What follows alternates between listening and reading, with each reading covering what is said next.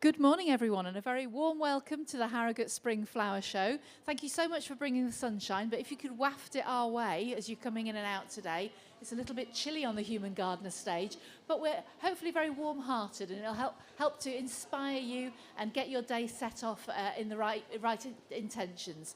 My name's Sarah Owen Hughes. I'm a head gardener at Rudding Park Hotel, and I'm with my cohort, my partner in crime, Faith Douglas. Hello. Who's a curator at a local arboretum. And we're here to interview and talk to people from the whole breadth and depth of the natural world, to find out stories, to lift your spirits, and to help set your day off in a perfect way. And we're starting off with people who I'm full of admiration for, because I don't know about you, when I'm out in a garden and I see something amazing, I photograph it on my phone, I forget what it is, and it never looks as great as it did in real life. So I'm really excited to find out a little bit more about how they use nature in their photography. We've got two photographers and a very small helper as well. We've got Samuel Booth and Rod Bennington, our nature photographers. So guys, thank you so much for joining us on the stage. I know both of you quite well, don't I? So it's lovely to see you both. You do, yes. So perhaps we talk to Sam first. What do you think? Yeah? And John. And baby John. You too. Got a bit of cracking there. We okay? Are you all right with that? Maybe baby John. It could be baby John. Blame the baby. So Sam, you take photographs, don't you? Sarah, just want to say something. Can you just tell us exactly why you take your photographs? Yeah, it's been something that I found it helps with my pain, and I've looked for years. And today's the 14th anniversary of my brain injury that I had, and the photographs have been like pain relief for me. We were talking earlier about how it helps. It's just to be able to capture a memory. Something that my memory is affected by my injury, and to do something amazing in the gardens especially, it's really helped me a lot with my long-term chronic pain that I have. So you mostly take photographs of flowers, plants, don't you? And you did a little bit of volunteering work. Was it during COVID at Harewood House? Yeah, I've actually got something I brought in as well. It's just the book on that side. Sorry. Some beautiful books here. And what it was during that time, we could go into the gardens as volunteers, and there was only a few of us because a lot of people were staying at home. And I keep a photo diary of my experiences at Harewood, and I have done since 2016. And I wanted to make it into a little book as a memento, and something that shows it's not just being the photography; it's also being the gardening that's really helped me a lot with my chronic pain. And it's like, you see, I don't tend to smile that often, but in the pictures there, I'm in my element in the gardens. I think you're always smiling, Sam. I know we've got little John.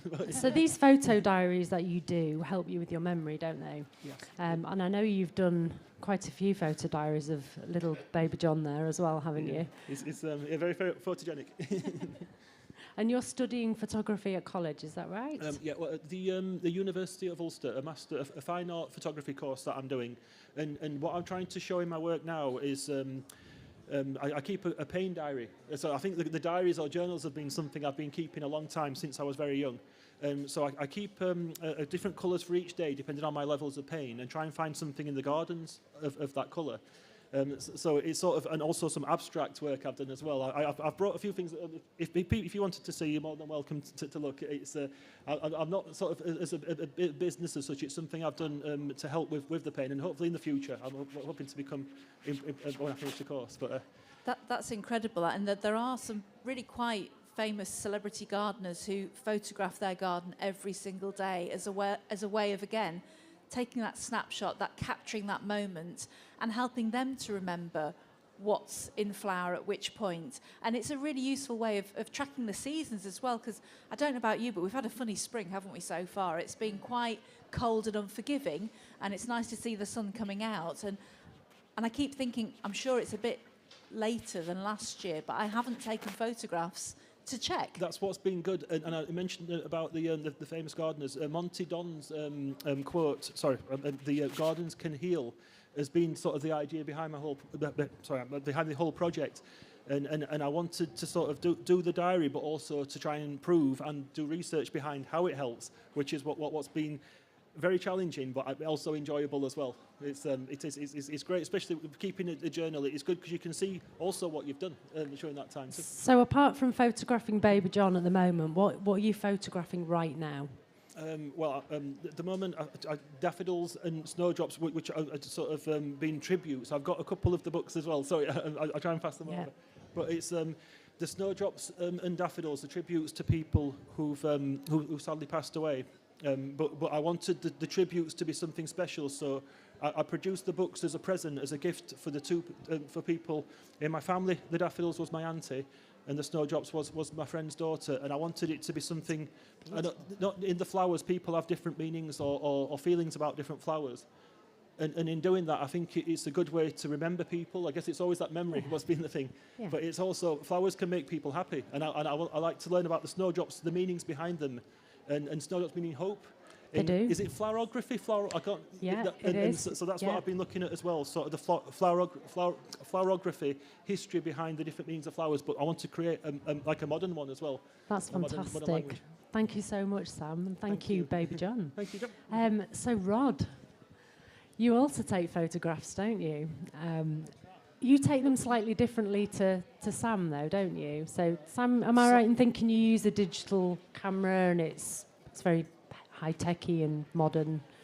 Yours is slightly different, is that right? Slightly different, yeah. I've been trying to take pictures for 60 years or more, either successfully or otherwise, and probably until about 15 years ago, when I got this camera.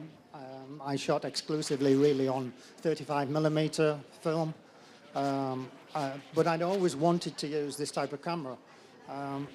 My friends would probably say it's because it's the most difficult way that you could do it, and that's how I usually approach life, I think. Certainly my wife will tell me I always pick the most difficult way to do things. So that's probably why I ended up doing this type of photography. She's chuckling over there, by the way. She's chuckling away. Stood in between a couple of your incredible prints, and we've got one here as well. So tell me, what sort of camera is that? It's either called a large format camera or a technical camera or a field camera. So it's... And what's so special about it? Why do you like using that? It's completely non-technical. Although it's described as a technical camera, it's there isn't anything there. It's a light tight box. There's a lens at one end, a piece of film at the other end, and the rest is kind of up to you, really. Is that better? Okay. So I ended up producing a large format transparency, which is 5 inches by 4 inches. So it's individual sheets of film that you shoot. And it's a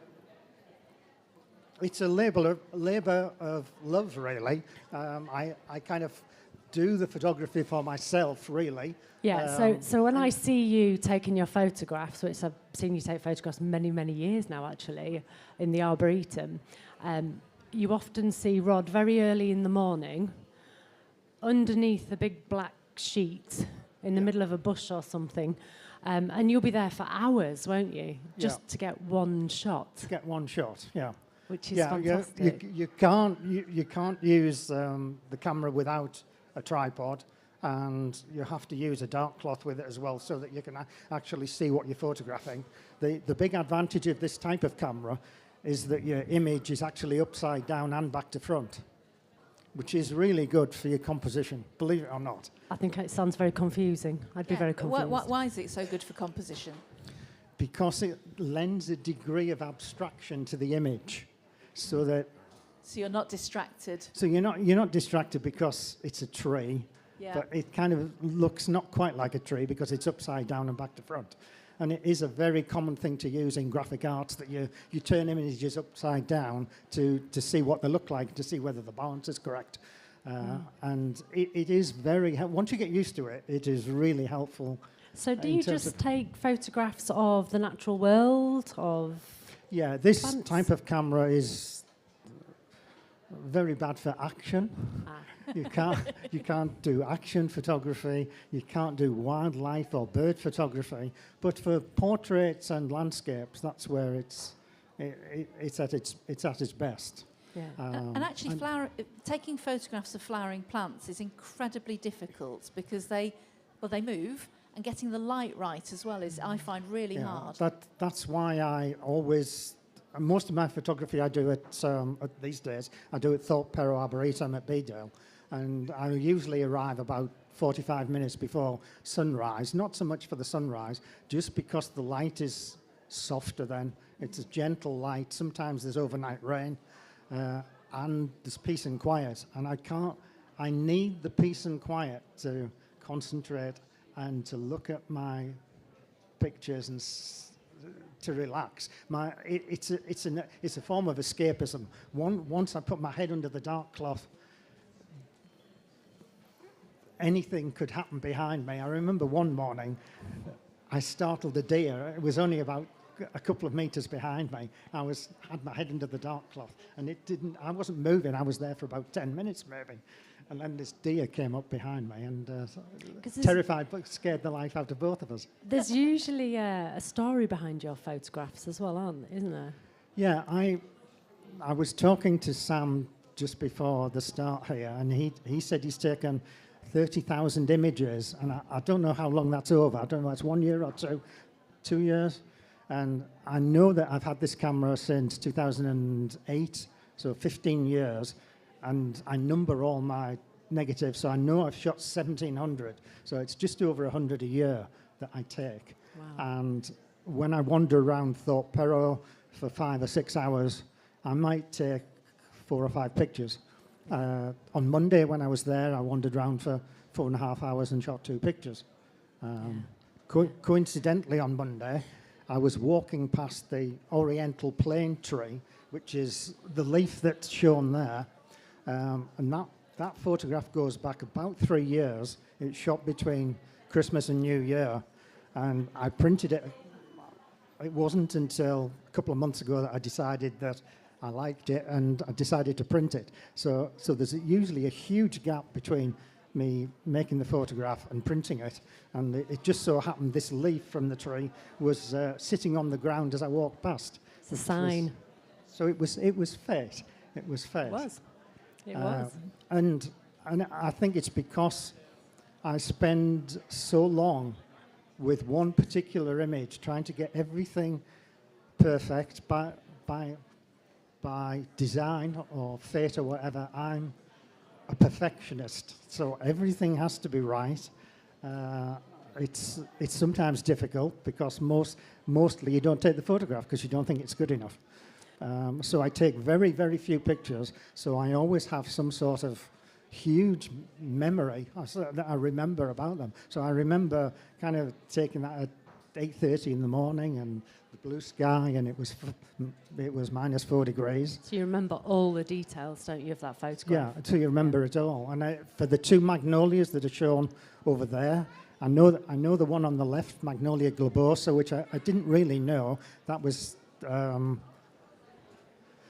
the first time I'd seen the plant. That was actually taken about 7 or 8 years ago. But I went 5 times in about 10 days to try to get that picture. And that was actually shot at about 7:30 in the evening. And it's movement of the flowers that's the most difficult thing to cope with. And I just remember lying on my back and looking up at the sun and waiting hours and hours and hours. It was shot about 7:30 at night, and I was there about 4 o'clock. So I waited about 3 hours to take one picture. And I have no patience like that in the rest of my life. But for my photography, I do. Do you know, it sounds so peaceful, doesn't it? Well, for both of you, actually, it's incredible how mindful photography is for both of you. You're both focusing in very different photographic formats. It's absolutely fascinating. I could talk to you both all day, but unfortunately we have already run out of time. Hasn't it flown? Ladies and gentlemen, can you please put your hands together and say a huge thank you to Samuel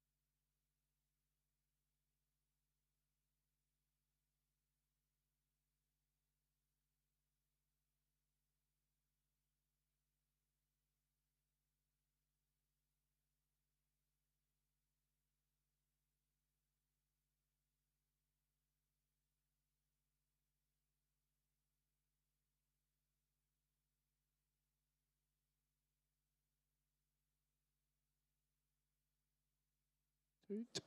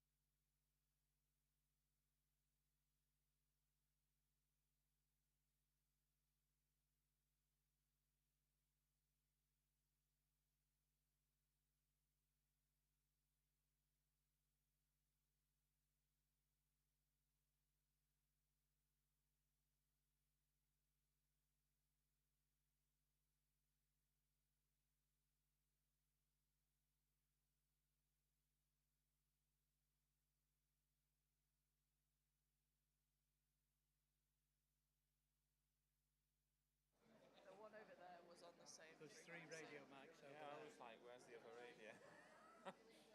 Because they've just come over and told me that one of them wasn't working. Right, you okay now then? Yeah, okay. Busy. Yep.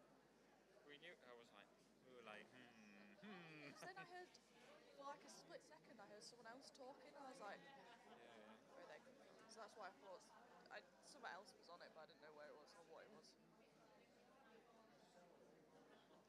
Yeah, I don't think that line went ahead. So, Do you want a drink? Because there's a big queue and you're busy here. I'm alright for a drink. Is it, what, are you wanting a hot drink? I was going to go over there and get a drink, but I need to get in the queue, so I thought I may as well ask you. By the time I get to the end of the queue, you might want a drink. Is it a cup of tea or something that you wanted? Yeah. Go with that.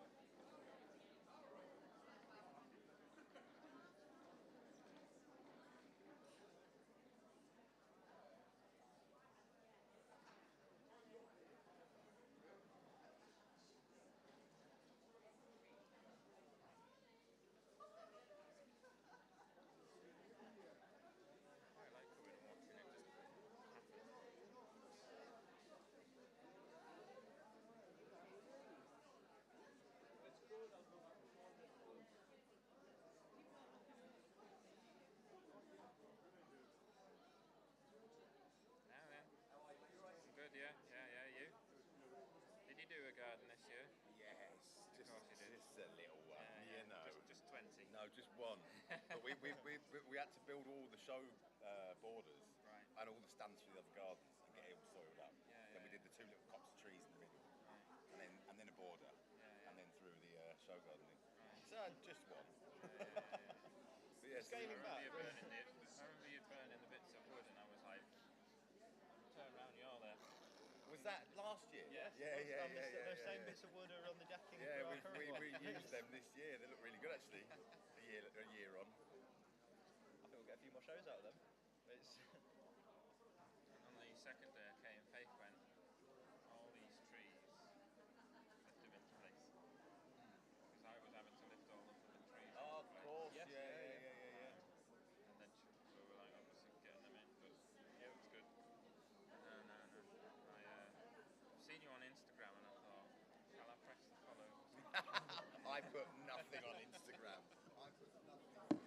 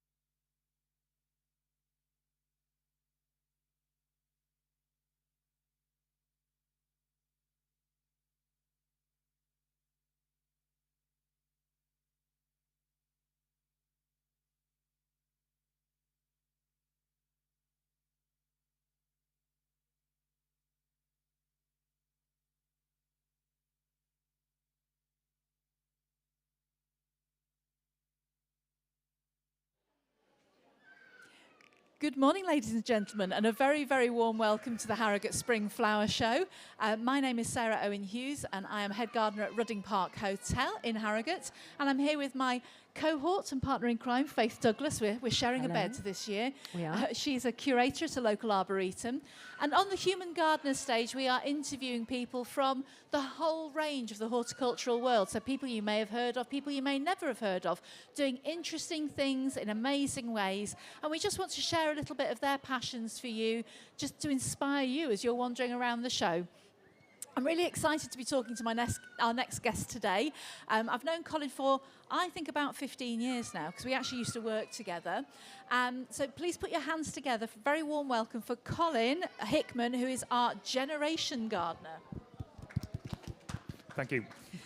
So, Colin, we worked together. So when I first met you, you were an arborist, a lecturer in arboriculture. So how did you get to where you were then?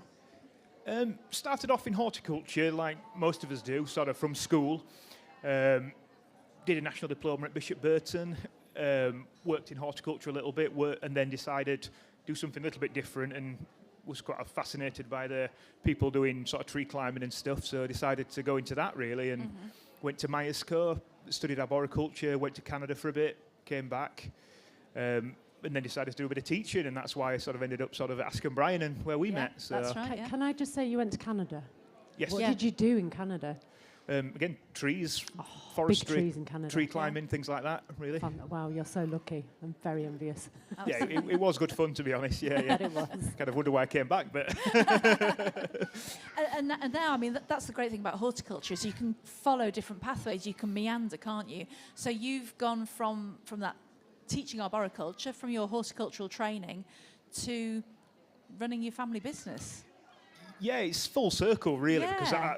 obviously, as a kid, it was a nursery since I was born, so I sort of grew up messing about there, doing things, helping out, and it's like a lot of the times you go your own way, you do your own thing for a bit, and then just it was the right time, really. My parents were looking at taking a step back a little bit, and so yeah, I've probably been there about 8-9 years now with the nursery, back with the nursery, so it's just gone in a flash, really. So And for those who don't know Colin and Hoyland Plant Centre, his dad's Steve, and you might know Steve because he has the amazing Agapanthus stand at the very end of the floral hall in here, and he's, you know, it's a nursery with huge credentials. You've got national plant collections, you've won gold medals at Chelsea.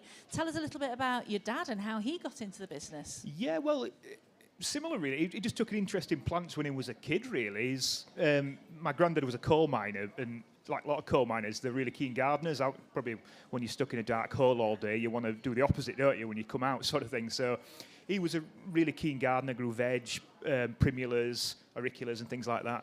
And then he got my dad interested in cacti and succulents, and he started growing them when he was quite a young kid, really, and just kept up with it, really. So when he got to leaving school, he studied horticulture, worked abroad a little bit in it, and then just some fields came up for sale that backed onto the grandparents' house, and that's what became the nursery. So Wow. been a nursery for about 40 years. So And your dad specialises in Agapanthus mostly, but what else? yeah, well, it's like a lot of us. You like all plants, so Yes, you exactly, yeah. kind of you love It's to be impossible to pinned choose. down. But yeah, it's really we'd really categorise it as South African bulbs, really. And most of them are in the Amaryllis family, so it's Agapanthus, Nerines, Tulbagias, but we also grow dioramas, clivias, and there's a host of things at the nursery that we don't really bring to shows because we don't have them in big numbers, but we just like them for our own sake, really. So there's all kinds of big succulents and unusual bulbs kicking around. But yeah, Agapanthus is probably the main one and probably the one we're known for. But Yeah. it's nice to grow a variety just for your own sanity, really, isn't it? Well, it's So- an infinite chocolate box, isn't it? It is, really. You can always spot a real gardener's garden because it's not beautifully designed with plants neatly spaced out. It's one of everything because you go, I want that one, that one, that. And I went shopping when I was hungry. And I Yeah. think I get that feeling whenever I talk to you and your dad that that's exactly what you're both like as well. And I remember talking to your dad a few years ago and he said, I've just acquired a collection of clivia. And I said, why is that? And he went, well, I just really like them. And Yeah, pretty much, yeah. I mean, my dad's a bit like that, you know, why he'll end up with 1,000 when 10 would do, but... Yeah. So, yeah, we inherited one from a chap who died, so we ended up with a big collection of clivia, and that's expanded over the years. My father's been abroad quite a lot, South Africa, Japan, just to collect new varieties really that you can't get in the UK. So, and it's really because you can have them as, they're almost like sort of stud plants really to get the seed from, the Right. unusual rare ones. So it goes all over the world looking for them. So these are plants that come from, they're native to South Africa. So our climate here in North Yorkshire is quite different to South Africa. So Oh, but he's in South How does- Yorkshire, so Ah. that Yeah, both South the Yorkshire, South But Africa. is there a South, big innit? difference in climate between South and North It Yorkshire? is a bit drier actually. Right. South Yorkshire, yeah. So what advice would you give for us living in North Yorkshire about growing some of your South African plants? Well, some of them, especially with the agapanthus and the nerines, they're hardier than you'd think, especially with the agapanthus. It's the herbaceous ones. It's the ones that die down in winter because they come from regions in South Africa that's quite mountainous, mainly the Drakensberg, where they're on slopes, elevations up to sort of 2,000 metres above sea level. Right. So they get it very cold and very exposed, hence they can take the cold. The only thing that they're not used to really is the winter wet. That's why it's always worth mixing things like grit in with them as you plant your agapanthus and nerines, because you're mimicking the natural environment where they grow on these mountain slopes and it's all scree, so it's all eroded rock and minerals, quite low nutrition as well, but very well drained. So they can take the cold and they can take the exposure, but not usually in combination with the wet so much. So hence why the drainage is all important really, and so that grit really does. I always work find wonders. they do better in containers and pots in my garden, or in my experience, than what they do in the border agapanthus. Yeah, it generally can be the case, especially if you've not got a very well drained garden. Yeah. That in a container, obviously, you can mix plenty of grit in and control the drainage, so you can ensure good drainage. The only double-edged sword, really, with containers is even the hardier types of agapanthus, because a container can freeze from all sides, more susceptible than it would be, say, planted in the ground. Right. So if they are in containers, it sometimes is worth, even if it's just next to a sheltered wall or a cold greenhouse, it's worth giving them some protection in containers. Otherwise, wrap the pot in hessian or fleece. But some of the herbaceous ones are just as good in the ground, Right. where they're sort of insulated and they'll die back like most herbaceous perennials. Now tell me a little bit about one of your plants that you grow, one of your genera that you specialise in, that I'm absolutely fixated with, but my family disagree with, because I have some of your clivia at home, but I also grow some of your tulbagia, and I adore them because they're bomb-proof. They flower and flower and flower, but there is a bit of a stench of slightly gone-off chives every time we brush past them going in and out of the Gone house. off chives. Yeah, it's like, you know, what, chives that are in the bottom of your fridge that you should have maybe put in the compost. They've got a little bit of a smell if you brush past them, and I've got teenage boys, so they barrel past them, so I'm going to have to move them a little bit. But explain to everybody who might not know, what are tulbagia? Yeah, tulbagia, they're a relation to agapanthus, so they're in the Amaryllidaceae plant family. Some people mistake them for a sort of small pink agapanthus, because that is generally what they look like. They come in more of a variety now, though. We've got quite a range where some are really dark pink, some are pale, some are white, some are a kind of hazel chocolate colour as well. So there's quite a variety, and some of them are really big and quite tall. Others are pretty. We bred one So recently. normally quite small, Yeah, aren't we bred one recently that's got quite a lot of hybrid vigour, and that one is nearly 3 feet tall with a bigger wow. head as well. Wow. We've just called that Giant Beauty, that one. That's what we've named it, creative name. But that's a big tall one. So there's more of a range than you think, because people just think dainty and pink. Tiny, dainty alpine almost. Yeah, almost. Yeah, but we are breeding bigger ones now. But yeah, they're a good plant because they're hard working, like you say, because they're free flowering, not like an agapanthus where you'll get one flush of blooms and that's all you get all year. Tulbagia, if you nip the old dead flower heads off, stimulates them to keep sending up more buds. Almost constantly, really, and even through winter sometimes they'll flower. Absolutely, I get 10 months of flower out of it, which to me is what we'd call a good doer in Yorkshire, isn't it? It's a good doer. It's a good value plant. If you get 10 months of flower out of something, I mean, that's absolutely, phenomenal. and they're good and frost hardy as well. They're Yeah. pretty tough. But like I said, the only downside is the smell. But again, it is like chives, really. In Africa, they use them like chives. Do they? The Tulbagia violaceae, which is like the common form. Yeah. Zulus will chop them off because they bush back up so quickly when you cut them down than your typical chives. So they are between a chive and a garlic in flavour. So you can eat them as well, but the smell really, it's only if you disturb them and damage the leaf, that's when you will get the aroma sort of coming through. But it's not.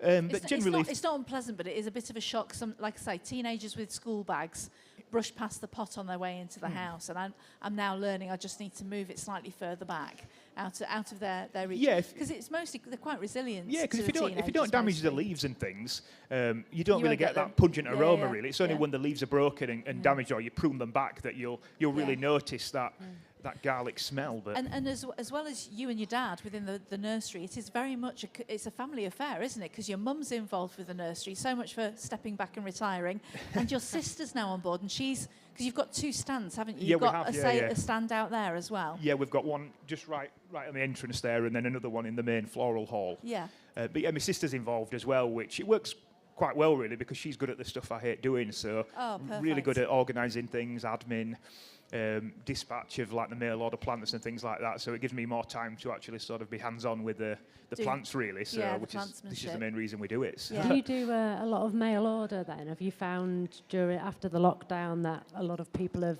preferred to mail order plants rather than actually visiting nurseries? To be honest, we were quite an early, because I had an uncle that was a web designer, and so we were quite an early, and he built a website for us, so we were quite an early adopter. So we had a website sort of 20 years ago before it was as mainstream as it is now. So we've always been quite well established in the mail order side of the business.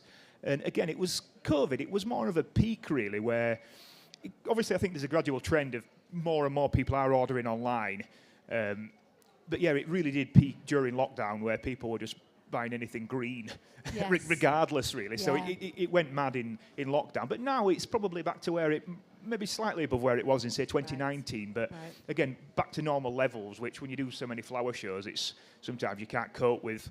You'd be a victim of your own success, Doing really, if you had both, too much. Yeah. So, but yeah, it's gradually going that way, and we've increased the range of what we'll offer online and things like that now. And I think it's gradually going that way. But I still think there's no replacement for going and actively shopping and buying plants, Yeah, where you can browse at your Yeah. leisure, really, and something Yeah. takes your fancy, you can get it. Whereas online, it is very Yeah, I need to see real time. I need Yeah. to see real time. and people do actually like to see asking- what they're getting, you know. Yeah, sort and of. asking the experts while you're here, Yeah. because that's what you're here for, Yeah, isn't exactly, it? You're, really. You're passionate about your genera, and you want to share that passion with other growers Yeah, as well. that's the unique selling point of shows like this, where you've got such a concentration of nursery people, growers, gardeners, all in one area that know the stuff, really, where Yeah. you can get the answers that are the proper answers to the questions, really. Because if you Yeah. Google it or ask in a garden centre, usually you're coming up short, aren't you? So, That was a very diplomatic way of putting that, Colin. yeah, well, That's fantastic. Thank you so much, Colin. I mean, the time has just flown. I It really has. appreciate your time, because I know how busy you are on your 2 stands today between the 4 of you, your sister, your mum and your dad. Yeah. A big Harrogate thank you, everyone, for Colin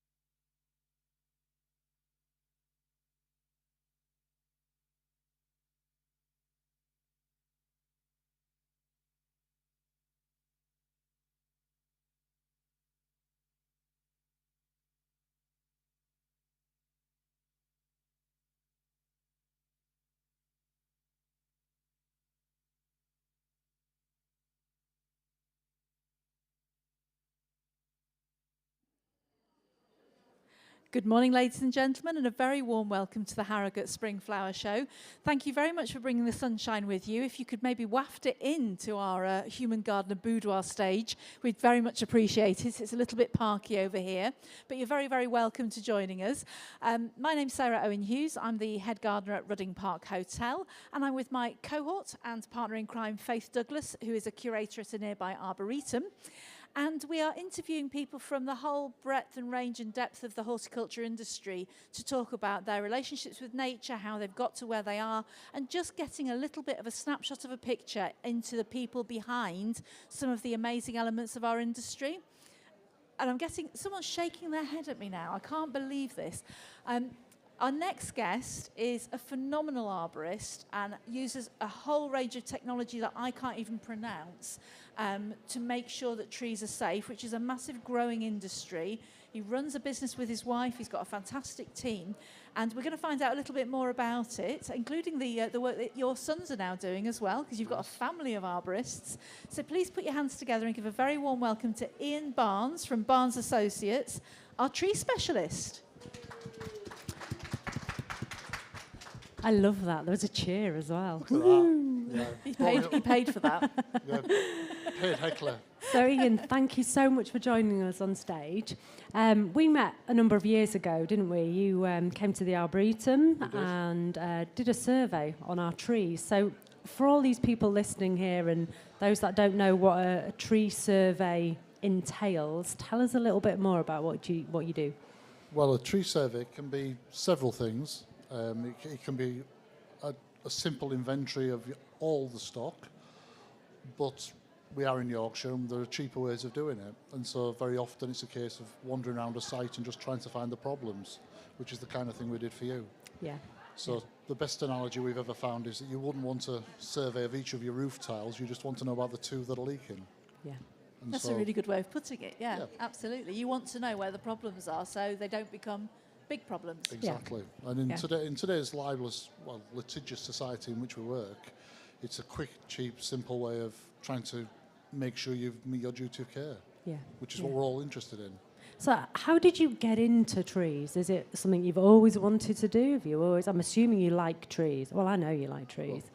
Yeah. The thing, yes. Going back, I'm a horticulturalist, so I'm just like everybody else wandering around here. Started in horticulture. It was the 70s, the 80s. You could work very, very early, and I did. So I started in commercial horticulture.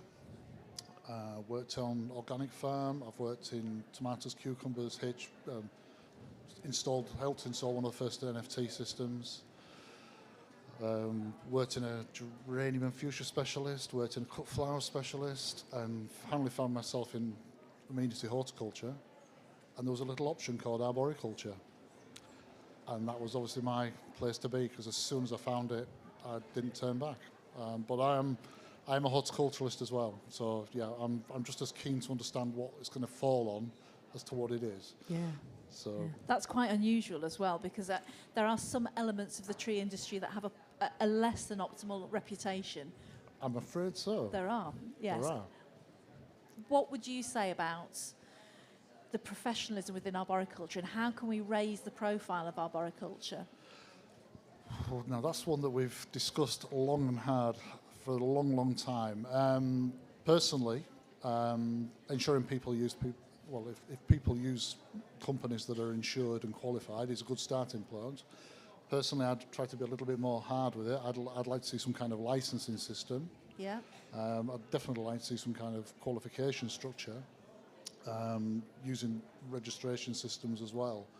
Unfortunately, every time there's a big recession and a large conurbation, somebody will take their redundancy and go down and buy a chainsaw and a trailer, and they will instantly become a tree surgeon or a gardener or a lawn expert. And this is one of the problems with our trade. It's a nice open revolving door. Is horticulture and arboriculture, silviculture, agriculture even. We're all very similar in that respect. However, these are not trades that you can just shut down from being a painter and decorator on a Friday and become a tree surgeon on a Monday. Yeah. And you take it sort of a step beyond, because, like I said earlier, you use a lot of really high-tech kit for elements of your tree work. So what sort of things are you doing with these instruments that you use? Well, unfortunately, our trade has been slow in adopting technology generally. And there's an awful lot of people that still hammer trees. A lot of people will drill trees, which then breaches the tree's defence mechanism. And so we try to find non-injurious methods of assessing trees, and that can be as simple as something called a microsecond timer, which simply times the flight of sound across a tree. And from that we can work out how hollow it is. If you stitch multiples of those together, you can create tomography, so similar to a body scan, but you're using sound. We also have electronic impedance tomography, which is similar to an MRI system, and we also have thermal imaging, which can find, just like you see, whenever somebody's working in the garden, if you've ever put your hand in a compost or you've forgotten to empty the grass clippings from last week and you put your hand in and it's boiling up, nature or biological activity will create heat, and we can see that using thermal imaging. And then we have other devices that we can actually attach to the tree and detect microscopic movements, either by an applied load or by wind load, and we can judge to the safety of the tree, its resistance to tearing out of the ground or its resistance to snapping. And then we have other systems. The holy grail for us as a trade and horticulture is understanding the roots. Yeah. So we also have a root ground penetrating radar system, so we can map our root systems, and that's been quite interesting. That's taken us to a few different places. We've done work in London, work in Kew, other places doing sort of very detailed assessments of root systems. And these assessments that you do are pretty accurate, and I know that because I know tree surgeons that work off some of your surveys, and I actually questioned, I said, are they, 'cause you never really know what's going on with the tree, do you?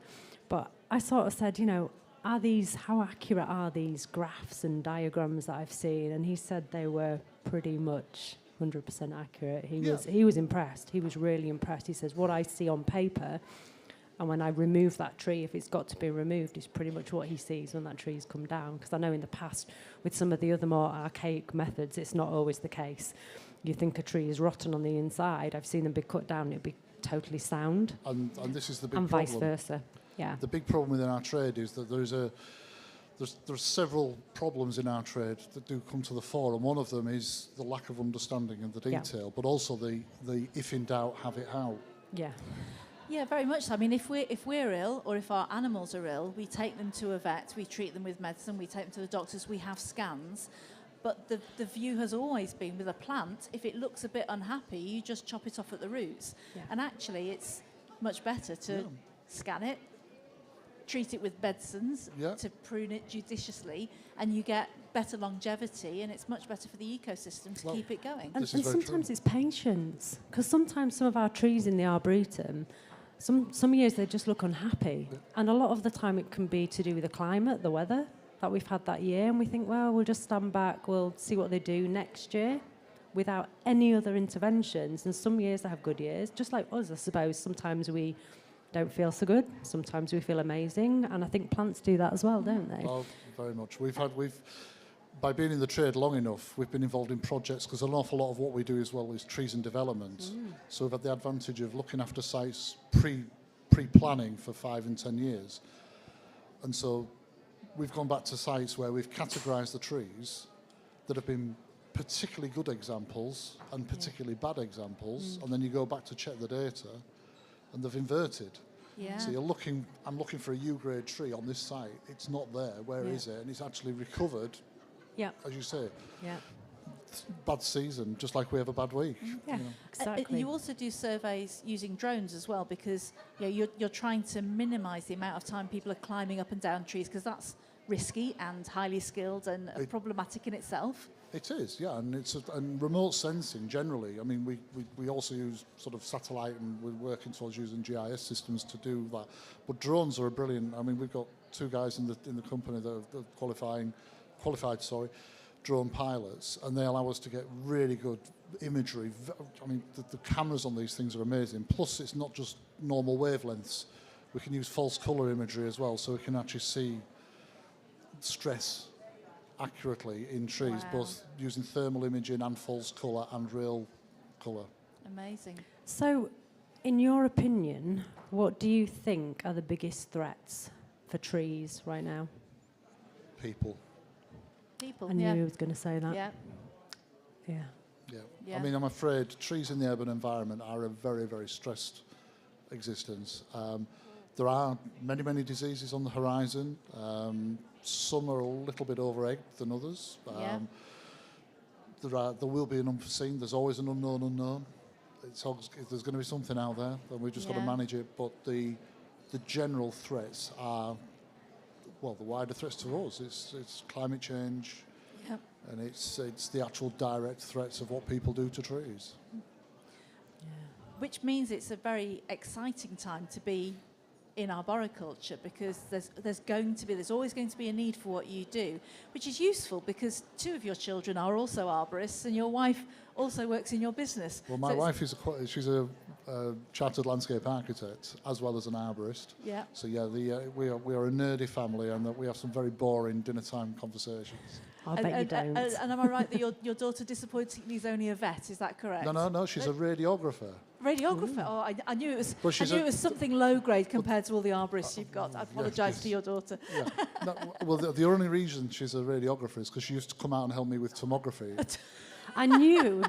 and she's fascinated by what's going on inside, but she took it to the next level. So She's looking inside people rather than trees. Absolutely. I think I've got a feeling we might end up tempting her over to the green side eventually, yeah. don't you? I think Yeah. that would be a real great story. I would, she's well suited for it. She's coming around slowly. Yeah. So if somebody wanted to go into arboriculture, how would they do that?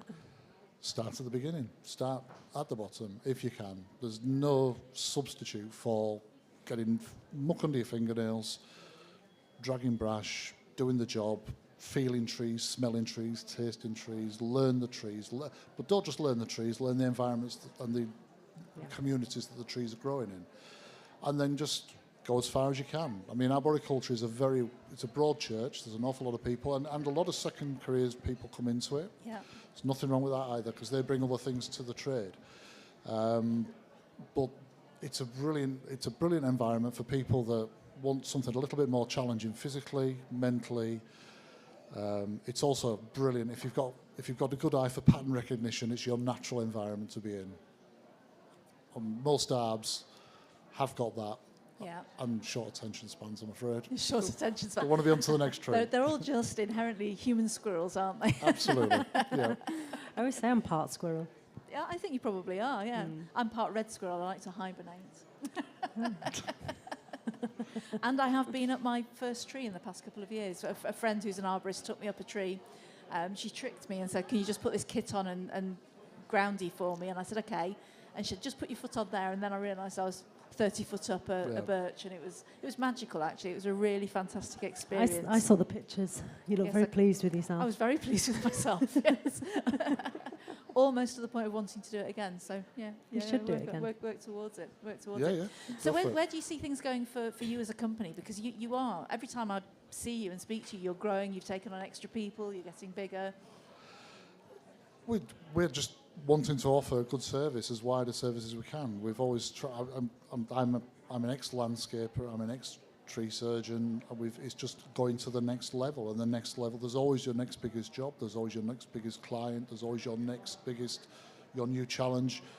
Challenge is trying to sort of justify and get closer to the edge of where things can be saved. That's really what we try to do.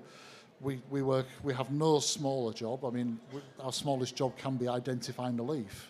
Yeah. Or a route. And our biggest job, we've just finished surveying 60,000 trees for a local authority. So we try to offer the same level of service to everybody.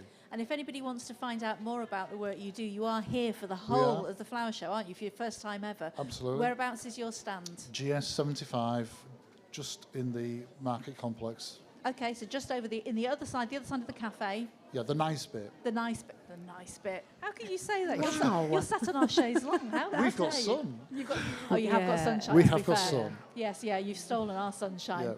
Yeah. That's fascinating. Thank you so much for your time, Ian. We really appreciate it. It's always great fun talking to you. Ladies and gentlemen, Ian Barnes of Barnes Associates, our tree expert. Thank you. Thank you so much.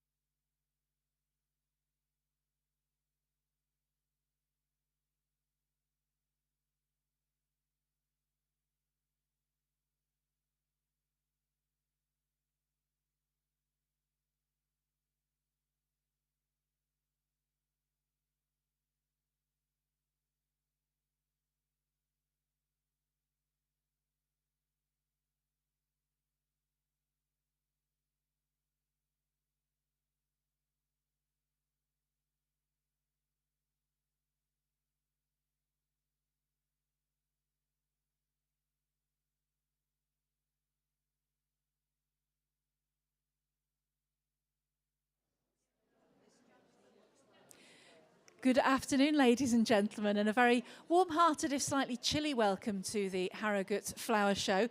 Yes, I think the sun shines outside, but nobody's brought it in, and I wish they would, because we are perishing here. We're sat freezing, but blankets you're and very, I'm very cuddled warmly up. welcomed by us, if maybe not physically warmed by the experience. My name's Sarah Owen Hughes. I'm the head gardener at Rudding Park Hotel and Spa, just down the road, and I'm with my cohort and partner in crime, who's snuggling up because she's so cold, Faith Douglas, who's a curator at a local arboretum. And on the Human Gardener stage, we're doing 15-minute short interviews with amazing people from the breadths and depths of the horticultural world, just to give you a little snapshot, give you a chance to rest your feet, enjoy your coffee, regroup, decide where you're going to next when you enjoy the show, and learn something that you might not have known about before now. So I'm really excited to have finally convinced my next guest to join us. Ginny is a tree health expert. She works at the Yorkshire Arboretum, and she has had an amazing career working in mycology, so diagnostics of fungi, so everything that goes a little bit mouldy at the back of your fridge. So please put your hands together. A big warm welcome to Jeanette Alexander, our tree health expert. So Jeanette, I met you years ago because I actually taught your husband, didn't I? I taught him horticulture. You did, yeah. Ask him, Brian. Ask him, Brian. So he's a professional horticulturist working in York. Yep. And at that point, you were a mycology diagnostician. Is that right? It's That's big right, words. yeah. Big mycology words. diagnostician, so working in a plant clinic at Ferris Science. It was part of DEFRA at the time. So diagnosing fungal pathogens on plants and trees that were sent in. So people would send in tree and plant samples to you, and you would work out what the fungus was and whether DEFRA, as the government, would have to get involved and do anything for that particular plant. That's right, yeah. So we'd be looking out for problematic things, so quarantine, pests and diseases. So there were the other disciplines, still are, in the lab of nematologists, virologists, bacteriologists, and mycologists, and we would just look at whatever the samples were, try and figure out what we thought was on it, maybe grow stuff on, do different tests, and then give a diagnosis, and hopefully not find anything that shouldn't be imported into the country, anything that causes a problem. But if we do, then we can raise the alert and they can take the action from there. It's amazing, isn't it? Because I remember talking to someone in your team, and they described it as being, you know, like the guy in Columbo who stood in the background with the centrifuge machine going round and round, and he's been in the lab all night. It's kind of like that because it is pathology. It's plant pathology, not human pathology. Yeah, there's processes, there's strict protocols, and it has to be replicable internationally as well. So, if we find something and we raise the alert, then there's reports made about that, and we need to be able to make sure that the testing protocols are, thorough and replicable, so that we can guarantee that what we found and what we're saying is accurate. And how on earth did you get into that? Because that's quite a niche market, isn't it? Tree health and looking at plant fungal diseases in a lab. Yeah, so a bit just random accident. I think most people's careers sort of happen that way, really. Don't they just, All the best careers. I think, we've called it a portfolio career now, haven't we? We're rebranding it. Yeah, no, that's good. Yeah, just a bit random, really, because I was working at, I have my gardening business that my husband runs now, Green Goddess Gardening, and it sort of got a bit too big, so it got to the stage where I was doing paperwork more than I was doing gardening, and I thought I should probably at some point use my degree, so I applied to work in the lab, and I initially started working in the seeds lab, so testing seeds that are being imported or exported, and then there's fungi analysis that goes along with that, so that's how I got interested into the fungi bit, and it's just a world of interesting tiny things that you could just get absorbed in forever. So absolutely. Yeah. And then you moved within Ferrer, didn't you, to be, was it an education officer? as part of my roles there, I got into communicating with young people as a STEM ambassador, because Well, just for the reason that we said, I think a lot of those jobs, nobody knows that they exist and nobody knows how to get to them. And if people knew, they could take the less meandering path to get there. Yeah. And it's also interesting, and everybody would always be interested when they found out about what I did. So as a STEM ambassador, I've just basically been trying to communicate to young people, this is accessible to you, this is how you can get there. Do you think that more and more people are more interested in coming into this line of work, into working with plants, Yeah. working with mushrooms, working within nature? I think definitely so. I think probably the challenge for the whole industry is the not great salaries. I think everybody's really interested in it and would love to have a career. I mean, I don't know about you guys, but my granddad and parents always used to say to me, choose a job at doing something that you enjoy and then you never do a day's work. Yeah. And I think that's what a lot of people want to do, isn't it? Work in those sorts of fields. But you've got to earn a living at the same time. So I think within the industry, there's a lot of innovation and people creating roles for themselves. And this sort of thing is really great for highlighting the different opportunities for people. Yeah. Fantastic. And we bumped into each other at all sorts of plant health conferences. We bumped into each other in London, didn't we? We did. Was it 2 days after the Queen's funeral? Yeah. It was really surreal. We were at a massive international plant health conference. And I walked in and went, oh, you're here as well. And we're like, oh, it's lovely to see each other. Opposite Westminster Abbey. Opposite Westminster Abbey. And they were taking down the staging in front of the windows where the conference was. Yeah. And it is true that actually the UK, we are pretty much up there in terms of plant diagnostics and plant health. And quite a lot of the other countries there were saying, gosh, you guys have really possibly been forced to, but we've become really quite innovative in our approach to plant health. Yeah, I think we've got a good structure with all sort of all things. There's never enough investment, but because we've had a few outbreaks, I suppose, notably ash dieback in recent years, there was an injection of interest, money, public support, and I think that gets things going a bit, and draws people's attention to it, so it gets more funding. Yeah, and you now have a fantastic new job. Congratulations at the Thank you. Yorkshire Arboretum.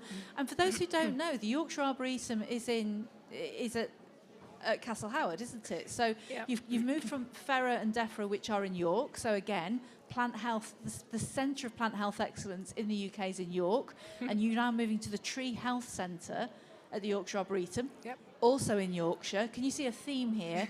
And what does your new role entail? So tree health and training. So there's the fabulous new Tree Health Centre, beautiful classroom building with a great big picture window right into the Arboretum, so a fabulous place to study. So the idea is to teach people all of these sorts of things about plant health, tree health, pests and diseases, biosecurity, and also industry things of how to become an arborist, how to look after woodlands, management, and resilience, climate change, all of the different things that affect trees, really. Is that accessible to the public as well as people in the profession? Yeah, it's not just professional. It's open to everybody. There are a few courses that might be higher levels that you might want to go on the other courses first to get you up to it. But I've been in the role since December, and we're just now developing a course program and growing that. So if anybody has anything that they'd specifically like to have, a course in at the Arboretum, then do get in touch, because we're wanting to gear it to what people want, basically. So I asked, we had Ian Barnes on just before you, and I asked Ian what he thought, in his opinion, the greatest threat to trees at the moment is. So I'm going to ask you exactly the same question. So in your opinion, what do you think? Well, I guess it's the same answer. I think it is people, but I think there's something we can do about it, and being in the position of educating and putting on courses to teach people. I think that's the key thing. I think most people don't understand the challenges that are faced through things like pests and diseases, the importance of biosecurity for keeping potentially difficult to control pathogens from getting in to the country that may affect not just the trees and the wider environment, but our food security. There's not very much knowledge in the general public about all of that sort of thing, and also with the effects of climate change, decreasing biodiversity, all of those things have a knock-on effect to the impact. So things are likely to get worse as those things happen. So if we could communicate and educate people better, do you think do you think people value trees? Definitely, yeah. Yeah. So it's definitely about educating people, isn't it? So they're not just pretty things that sit in our garden producing oxygen. Yeah. They do so much more for us, don't they? Yeah, for sure. I think it used to be that everybody had a bit of a natural history period of their lives when they would, go out and learn about wildflowers and trees and, birds' eggs and stuff like that. Yeah. But I don't think that's really in our culture as much now. But there does seem to be things coming back. People are going back to growing things in their gardens and allotments and, making, fermented foods and things like that. So I think people are trying to get back in touch with nature. It's perhaps our responsibility to give them those opportunities. Yeah, I think it is about joining dots, and reminding people, because I think it is reminding, because I think it's just stuff that we've forgotten, not that we don't know, because I believe this stuff's in our, in our genes. Yeah, we're not listening, are we? Our connection to, not just trees, but all plants is vital, isn't it, for our survival, let alone there, because without them we wouldn't be here, would we? Exactly, yeah. And the Yorkshire Arboretum at Castle Howard has a fantastic collection of trees as well. And I think sometimes, again, you don't see the wood for the trees, but they're all very carefully mapped. So if you, for example, decide that you really want to see acers, see maples in the autumn, you can look at the map beforehand and plot exactly where you're going to walk, because it's laid out in a way that you can see them. And there are so many interesting, unusual species and varieties that you wouldn't see anywhere else, usually in your day-to-day life as well, which is a really important thing for people to go and have a look at if they're wanting to improve the diversity of their hedge, for example, or species of tree, or, shrubs possibly that they have in their garden. Go and have a look and see how it's growing, see what you think, see if you fancy it, and then get one in your garden instead of the usual selection, because if the more diverse a range of things we grow, the more resilient we will be. And it's a good benchmark, isn't it? If it'll grow up by Castle Howard, it'll grow Absolutely. anywhere around here, rather than going to somewhere like Kew and going, that looks nice, like an acacia, which won't grow this far north. It won't tolerate the cold and wet. So it's a really good way of actually seeing what is temperate and what will survive in our climate. Yeah, definitely. I think it's a good way of seeing sizes as well. Oh, yeah. Because, we've all known somebody who's put something, next to their back door and it grows ridiculously big. Absolutely. Monkey puzzles, yeah. They used to plant monkey puzzles on estates, didn't they? All in the 80s, there's a monkey puzzle in a pampas grass in every garden. Yeah. And it's a huge tree. Yeah, it is. The forests in Chile are enormous. Yeah. Absolutely enormous. And eucalyptus as well in the 90s. Do you remember eucalyptus? And which is so whippy and oily. In a high storm, it can knock your roof tiles off your neighbour's house and it be upright in the morning. The only clue is that they've got a few eucalyptus leaves stuck in their loft space. So it's so it was definitely wrong plant in the wrong place, wasn't it? Yeah. So what are you looking forward to doing next, sort of within your role at the Tree Health Centre? So just growing the different courses, really. We've got an exciting programme in development. We're going to be doing a lot more natural history courses, so giving people the opportunity to learn about the biodiversity, as well as the tree health, pests and diseases, things towards community tree nurseries to help get them up to speed with the things that they need to do. Lots of volunteer groups there that don't normally have access to courses because it's financially not viable, I guess. Lots of different courses that people might be interested in. So do have a look at our programmes and the website and keep up to date. And in a sort of completely circular way, I know that DEFRA and FERA use you as a training site as well. They do their own plant health training at the Arboretum because you've got such a rich variety of trees to look at. That's right, yeah. We could do outbreak scenarios and teach people. Hopefully these outbreaks won't happen, but if they do, it's good to have preparedness. So yeah, there's lots of good teaching that goes on there. Fantastic. Well, I don't know about you, ladies and gentlemen, but I bet that was an element of horticulture you'd never even considered. It's absolutely incredible, isn't it? And isn't it amazing that we've got all this knowledge and expertise in Yorkshire on our doorsteps. Can we all put your hands together for a huge thank you for Jeanette Alexander from the Yorkshire Arboretum, our tree health expert. Thank you. Thanks.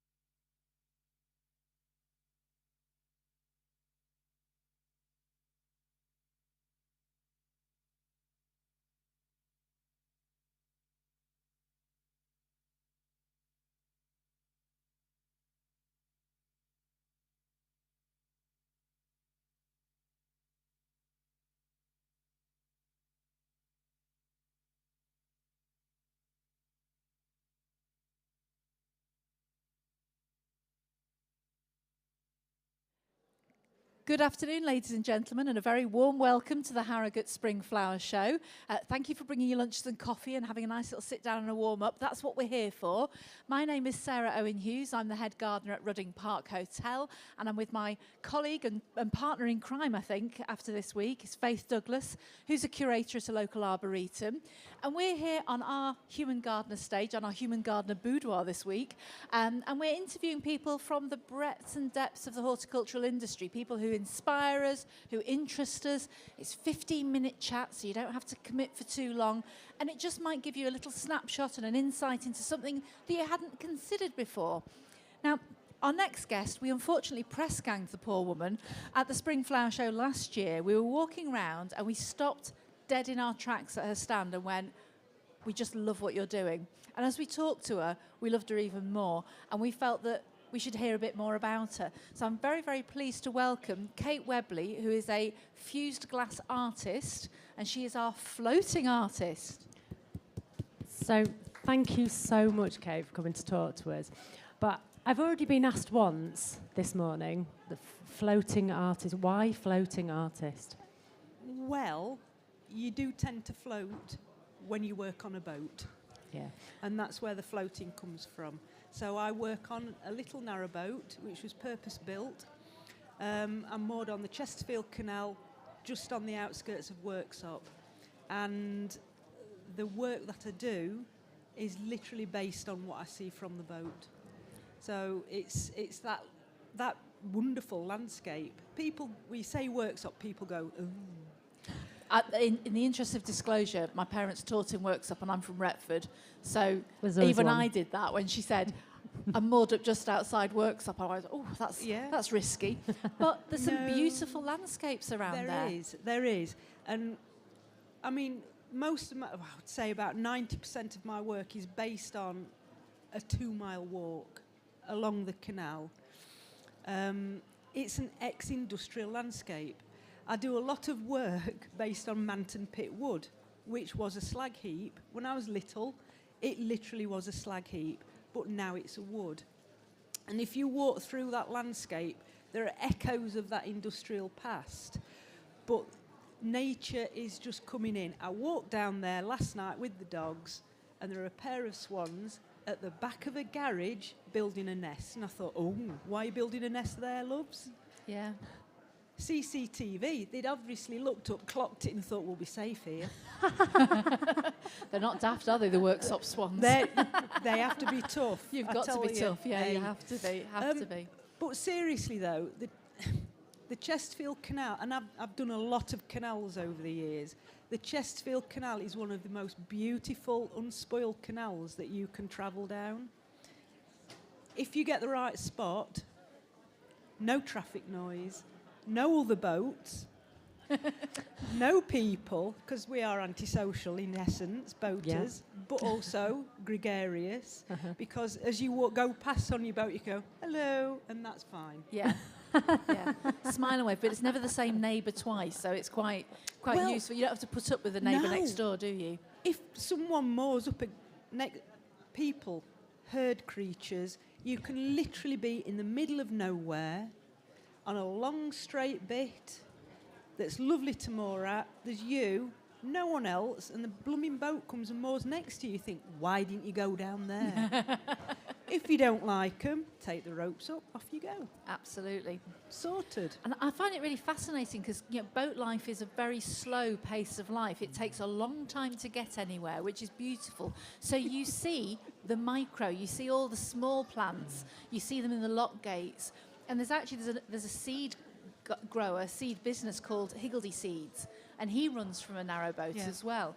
And I find that really fascinating that people who are really instinctively involved in nature can create businesses from what was a very industrial industry, going up and down canals, plying your trade, wasn't it? Yeah, it was. I mean, so I've actually got 2 boats. So I've got one boat is my little work boat studio. So it is a working narrowboat.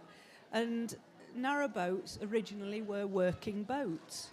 And the canals were working waterways. Now it's a leisure, mostly a leisure business now. But talking about nature, what I find fascinating is that I walk the same bit of towpath more or less every day, year in, year out. I'm very in tune with it. It took me a couple of years really to get into this new landscape. And I notice small changes. It's like this piece. What did it for me was the red stems of the meadowsweet. Yeah. And I'd walked past meadowsweet for years. Yeah. But for one day, I was walking past and I looked and I thought, bloody Nora, the stems are red. And that just, I thought, well, Popped out. that's going to be the next piece, because red in a landscape actually makes the greens look greener. Yeah. Yes, yeah. And I use it quite a lot, but I thought, I got quite excited. I have a small life, which is at a slow pace. Excited about meadowsweet. That's great. That's You know? fantastic. I mean, Yeah. what I'm really curious about is how have you ended up on a boat? Because there's got to be a story behind that. And how have you ended up being an artist? Okay, right. The boating thing, it must be about 25 years ago. On holiday, walking down the canal bank on the Gloucester and Sharpness Canal. And there were lots of boats. And I thought, ooh, I quite fancy one of those. So then you go on the boating holiday, don't you, just to test it out. In February, Yes, I thought, that's a proper test, isn't Hey, it? Pick the coldest month. Chipping through the ice at the front. yes, literally. Yeah, I yeah. was. When you're on the back of a boat, it's either really hot or cold. Yeah. It was freezing. I was It's like the showgrounds. yeah, welded.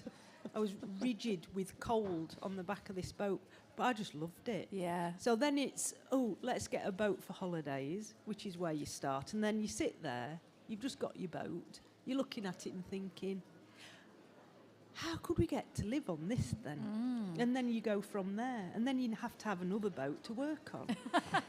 Obviously. They say that there's a perfect formula for cyclists for the optimum number of cycles that they own, which is N, being the number you currently have, plus 2, because you always need 2 more. One for this and one for that. And I suspect boating's a bit like that. You're going to have a flotilla, aren't you?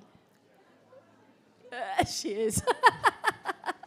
That silence tells me everything. One of the best boats I ever saw, we were on the Grand Union near Braunston, and it was somebody had got one of the dredging boats, and they'd literally just put a garden shed on it. Happy days. Stunning. How perfect is that? I thought it was amazing. Just literally a bog standard garden shed on a boat. So how did you get into your glass fusing? Well, art's a weird thing, because really, I've always made things. And originally, many years ago now, I actually studied sculpture. So that's sort of my basic background, is just making things. I also actually did A-level woodwork at school. I'm slightly worried because my dad taught woodworking workshop, and we're going to suddenly find out that my dad taught it. No. And she'll go pale and run away because he was quite tough with the kids, apparently. We have to be, if they're running around with chisels. yeah. Indeed. Yeah. Well, yes, I could tell you a story about that, but anyway. Oh, I apologise in advance. But for no, me I dad. actually went to Bolsover School. Oh, that's all right. That's fine. No, he didn't teach there. No. Or Boza, as we like to call it in normal language. It's at Boza Castle. So I've always made things, always drove things, and you get addicted to it. I'm going to be honest. I'm a glass addict now. And I did various lovely jobs. Leicester Fish Market. Happy days, yeah. Oh, That's- what I can tell you about fish giblets, Oh. you don't want to know about. No, I don't. I'd come home from work and I had my own laundry basket, because fish, not good. And if you're on a late shift, you could always get to the bar straight away, because you would be bejewelled in fish scales and things, and there would be... It'd be like Moses parting the sea. People would just back off, you'd be straight there, pint. Anyway, but there you go. So I forgot what I was saying, just waffling on. Going back to the glass. Yes, so anyway. Away from the fish and back to the glass. Yeah, anyway. What's the process of making something like that? Yeah, well, glass, anyway, I was a teacher for a while, and I had a colleague who worked with glass, and I just thought, oh, that looks like fun, and started to play, and Yeah. that's many years of playing. You end up with this. So this technique is called fused glass. Technically speaking, it's a warm glass process because you only really go up to about 850 degrees. Mhm. After that, it's hot glass. Yeah, okay. Hot glass on a boat would be interesting. Basically, if you can imagine a glass sandwich. Yeah. Right. So, sandwiches normally have 2 slices of bread. That's 2 sheets of clear glass. And then I add to that. So I used powdered coloured glass, little chunks of glass. Fritz. Of various dimensions, like very fine to really chunky. And I build layers. But bear in mind, it's all done cold. Some of the colours don't look the same going into the kiln as they do coming out. Some of the glass is transparent and some of it is opaque. You need to know this. And you have to be prepared for, I'll call them disasters because that's what they are. Experiments. Disasters. It's when you've spent 3 weeks working on something, you open Yeah. the kiln and it's in bits. You think, okay, take the dogs for a walk, swear a bit, kick things, come Yeah. back, sweep up the rubble and start again. Because glass is quite volatile, isn't it? It's technically a liquid, even when it's solid. It's funny. It's an amorphous solid, which basically means that unlike a lot of solids that have got a crystalline structure, which is very organised, this is random, and it changes over time. Yeah. And that affects the way that you work with the glass, and different kinds of glass work in different ways as well. So there's a technical aspect to it as well. Yeah. That's what I find fascinating, because it's really technical, but you can also do lots of arty-farty things with it. And it's that combination I really like. Yeah. Once you can control the temperature, because it's all about temperature, and you understand what temperature does with the glass that you're using, you can just work out how to do most things. Yeah. So anything from a little dish or a bowl to a dirty great window, which I do. And actually that leads us on to, because we've only got 30 seconds or so left, you've just completed your largest ever piece of work, which I've seen online in a wheelbarrow, but it was far too big to bring here. What have you done? Tell us more about it. Well, you see, this is the thing. Sculpture, we go back to sculpture. I've Yeah. always wanted to work in 3D on a larger scale with the glass. On the boat, I can only go so big. So what do? Buy a bigger boat. Aside of that, Sarah, you're encouraging her. Yeah, I don't need encouragement, seriously. So you do what the people who made stained glass windows did, and you work in smaller Panels. sections. Yeah. And then you make the sections into a bigger thing. So that's what I was doing. And I was looking at the shapes and reflections in water and making those shapes and then adding the glass to those and constructing larger pieces. I have lots of ideas for other things, which will be interesting to do. Because particularly with the outdoor pieces, I can really push it. And I'm just keep asking myself, well, how far can I push this material? And you push it, and then it stops, and you think, it doesn't want to go any further. The glass gods and goddesses will say, no, you've gone too far. Not today. Yeah. Well, that's absolutely fascinating. I don't know about you, but I really want a narrow boat. In fact, I think I probably need one now. It might be a medical requirement. I'm wondering how I get one in the woods. How you get on in the woods? I need a canal. You need a canal or through a river woodland, to go don't you? through the woods. Just amazing. And Kate's here all day, but she's only here today. And she's got a little stand over there with some of her beautiful artwork. So please feel free to go and have a chat to her, look at her work. Some of it's suitable for outdoors as well. It's incredible. The detail is so beautiful and inspiring. I think you can agree, this is why we wanted to talk to her on the Human Gardener stage after meeting her at the Spring Show last year. You've been fantastic. Thank you so much for your time. Everybody, Kate Webley, our floating artist.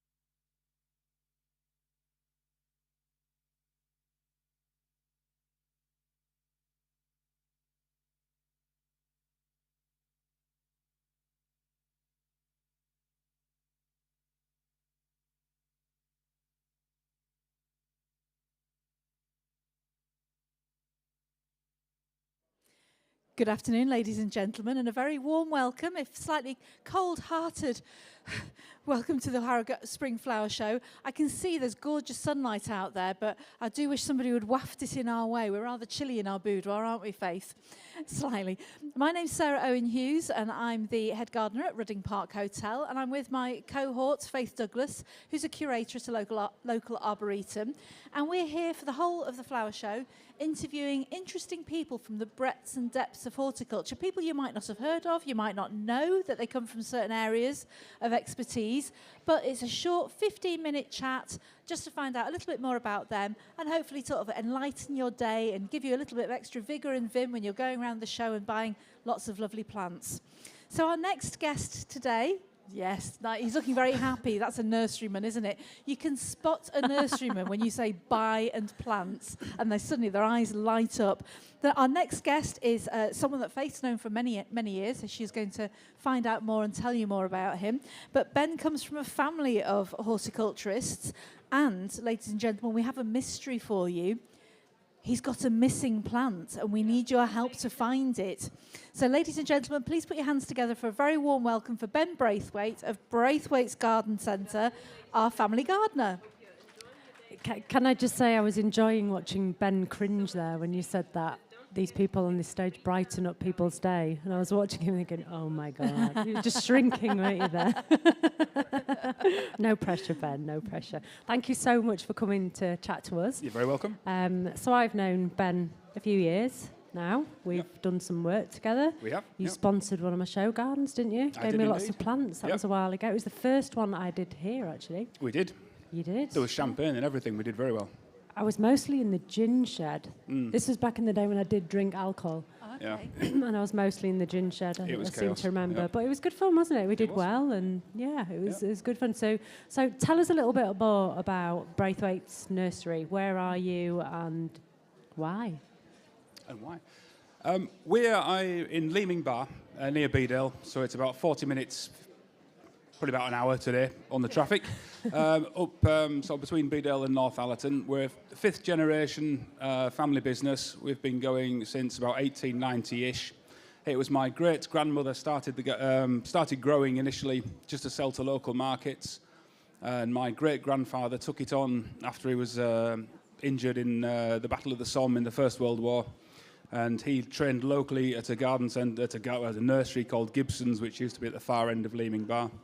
And after he'd done his training and apprenticeship, well, not his apprenticeship sort of thing later on, he came back and he bought his mother out and started up himself. And back in the day, there used to be about 15 nurseries within a few miles of Leeming Bar, because the soil is a really nice sandy loam. So it's ideal for growing roses. It pulls up moisture from underneath in the running sand when it's hot in the summer, and it drains really nicely if it's wet and claggy in the winter. So it's good all year round. So we've done various things. He specialised in roses initially. He specialised in scabious, which it sounds like we're going to come on to. And we sort of diversified more and more as my uncle and my father came into the business in the 60s and 70s, until we're where we are now, where we graft and grow virtually all our own ornamental trees, fruit trees. We bud all our own roses. We're a David Austin partner as well. We grow all our own perennials and shrubs, either propagate them ourselves or we grow them all from very small plugs, and they're all grown cold and they're grown outside. So everything's hardy and pretty bomb-proof. We grow it all big, in nice big 2-3 litre pots and above. And it's in our own compost mix, so it holds moisture well. It's all got 12-month slow release. So it costs us more, but the plant is much better quality and it lasts a lot better for you as a result. I mean, we work quite closely in the Arboretum with Braithwaite's. We get some trees. We often get trees through Braithwaite's. And Philip, who has retired / hasn't retired. Yes, he's retired on probation sort of thing. Yeah, yes. So Philip is your uncle, is that right? He is, yes. Yeah, and he does a lot of grafting for he did. very rare trees. He's packed in, but Phil did all the grafting for us, and then he's had a young lad now who is annoyingly young called Jake, who now grows all our trees and everything for us, does all the grafting. Yeah. So we kind of, obviously we propagate off stock we've already got, but we try and get in new varieties as well and keep it current with whatever's going on that looks good. You can tell that you grow really good quality trees as well, because I don't know if anyone can see over there their stand. It's like honeypot, isn't it? Yeah. That people have been flooding in all day to look at the amazing blossom on your young trees. Oh yes, yeah. They're coming really on. special. They look fantastic, really healthy and happy. But you haven't always been into plants, have you? So No. how did you end up at Braithwaite's? It's not very romantic or glamorous. I Doesn't matter. went into the forces after university, and then I went down to work in London, and I did that for 5 or 6 years, and that was miserable. And so I just turned up on the doorstep one day and said, "Gives a job," and I've cracked on from there. So I grew up obviously on the garden centre. I've grown up with plants. I enjoy growing them. I really enjoy spending time around them. I don't like gardening.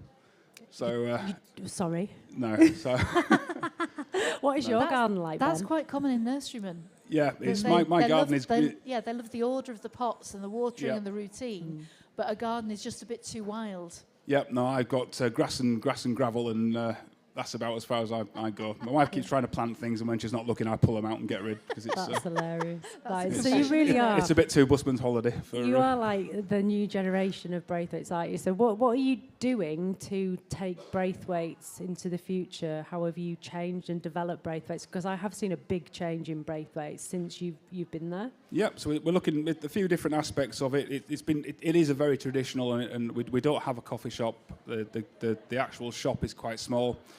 We focus on what we're doing, which is growing as good a range of the best quality plants that we can. So we're looking at things like we're looking at what new varieties, what everyone's doing. So we grow and sell the West Country lupins, which always win the awards at Chelsea. But we're looking at the new varieties of trees we can do. We're looking at trying to improve the irrigation, the pots. We're looking at the compost mixes that we use. It's the full gamut of everything from the customer experience when they come in to how can we do more sort of thing with the space that we've got. And it's always an issue because I always have to get too carried away at plant ordering time, and then it all turns up. All the production lads have a heart attack with with what we've kind of got to squeeze in. But we kind of make it work, and it's... And your floristry department's grown quite a lot, hasn't it, as well? Because I know the florists were at Newby for the autumn flower show last year. They they did the helped big on some carriage of and stuff at the front. Yeah, which is fantastic. So again, we've done had the florists since, gosh, I don't know, probably about the 40s and the 50s. We used to grow lots of flowers for cutting ourselves in the greenhouses, but it just became a non-viable. The imports got so cheap from Holland. And it was a very difficult thing to get right. Invariably, whatever you spent months growing would be ready the week after Christmas rather than the week before it, and things like that. So we've moved off the actual growing for cut flowers, but we still have a thriving floristry business. Yeah. And it adds a nice twist because it means we can gift wrap things nicely, and they arrange things nicely and make them look pretty. They're wonderful. Yeah. They do a very good job. And tell us a bit about this scabious that you've lost. It's a missing scabious, a plant that's disappeared. There's quite a few, yeah. So my great-grandfather, like I said, he specialised in scabious in the sort of 40s and 50s. And there was quite a few varieties. He used to show them at Olympia. He won some RHS awards for various introductions that he did. So the ones I can remember, there was Penhill Blue, there was I think Evelyn Braithwaite, and there's a few others as well, whose names I can't remember. But certainly Penhill Blue was always considered to be the best one. And it's been lost in the mists of time. It was lost, basically, yeah.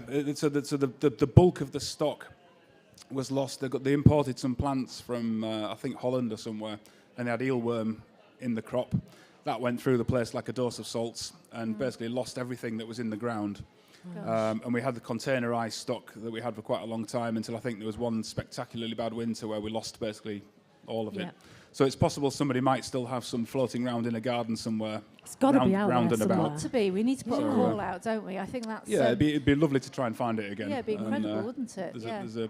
There's a story there waiting to happen, sort of thing. Yeah, absolutely. If anyone's got one. Yeah, fantastic. Well, we'll put the shout out ourselves. Have you got photographs of it at all? There isn't, sadly. I've got all descriptions from it from when it went through to RHS trials. Yeah. In the 50s, I think it was, or whenever. But fantastic. Yeah, nothing else. Fantastic. Yeah. And what are your next plans for Braithwaites? Because I can see you're not going to be happy just sitting still, are you? No, the next things are trying to. It's all kind of more boring infrastructure-y things that we're looking at the moment. So our shop is, oh gosh, probably again pre-war. It's very kind of leaky and drafty, which is great for COVID times because the wind's in and out again, so that's all good. But it's very cold in winter, so we're looking at kind of improving the shop, improving some of the staff facilities, improving the experience when you come in. If anyone wants to use the loo, it's always a kind of like, you can if you want to, because my great-granddad built that in about 1942, I think it was decided. And it's not really changed. I think we've changed the newspaper on the back of the door, but we haven't really done much with it since. So it's a gardener's toilet, isn't it? It's very much so. It's quite rustic. Somebody said it was very homes and gardens, which is the nicest thing anyone's ever said about it, I think. So, yeah, it's quite robust. It's more that kind of thing. And then with regard to plants, it's an ongoing evolution. We grow a lot more alpines than we used to. We stopped doing the cut flowers, so we put the space over to growing alpines. That's worked really well. And we're always looking at sort of herbaceous perennials because that's where the biggest innovation seems to be with regards to new products coming through that are really good as well. They're hardy. We don't tend to bother too much with anything that's half hardy. I don't want to sell somebody something that gets lost in the next hard winter that we get. So it's looking at the new varieties that are coming through. There's fantastic foliage colours. There's fantastic flowers, and the longevity of what things can do now is improving all the time. So it's just keeping sort of ear to the ground with what's in the pipeline with the growers and getting on board it. Yeah. Well, Ben is here just for today, actually. So he's got a stand over there. He's packed with people asking questions. Feel free to go across and have a little chat to him and his team. And honestly, go and visit them at Braithwaite's Nursery up at Leeming Bar. That's it. Yep. Ladies and gentlemen, hands together, please, to say a big thank you to Ben Braithwaite of Braithwaite's Nursery, our family nursery gardener. Thank you very much. Thank you.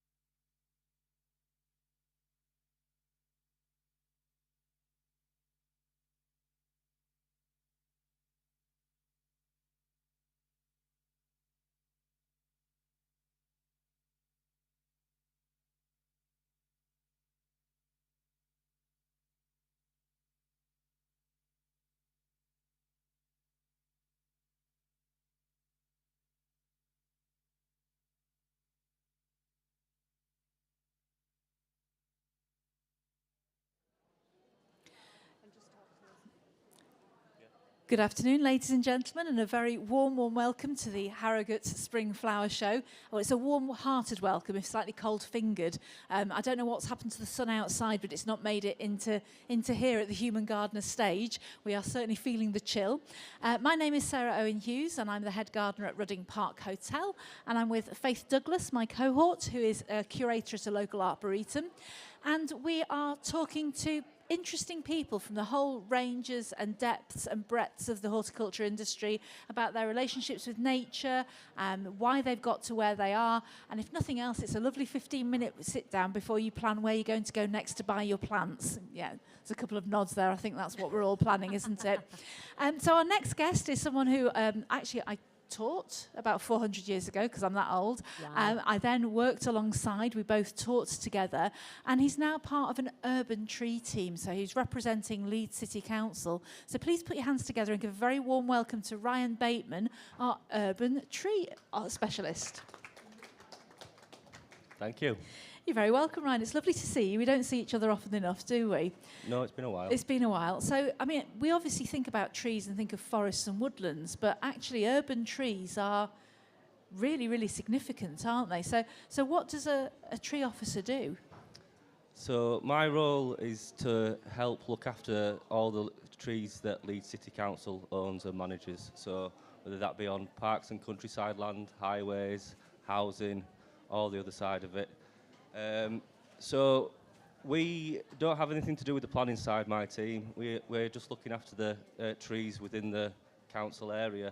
So I basically spend my time going around looking at trees, listening to residents about what issues they've got, and recommending works on the trees that we have. And then I do it occasionally when there's storms like Storm Otto that we had in February. We're out and about dealing with all the tree failures and chopping them up and making sure the highways are clear. And you have in Leeds, you have over 1,500 hectares of woodland.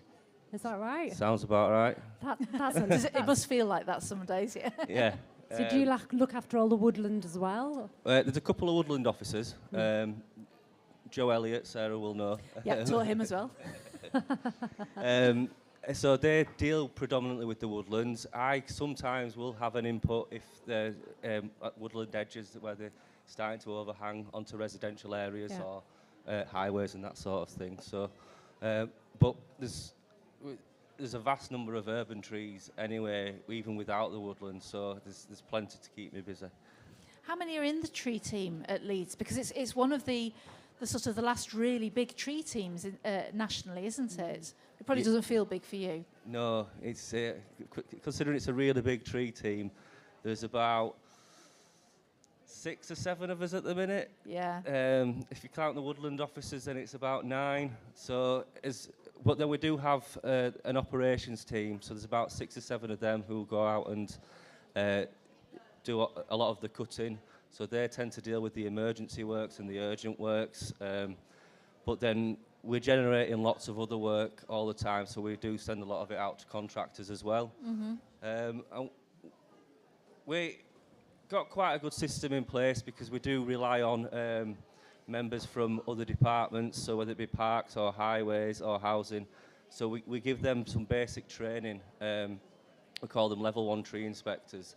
So we wouldn't expect them to know all about diseases and things like that, but hopefully, because they're on the patch more often, they can notice if there's a branch that's broken off because it looks a bit different to how it did before.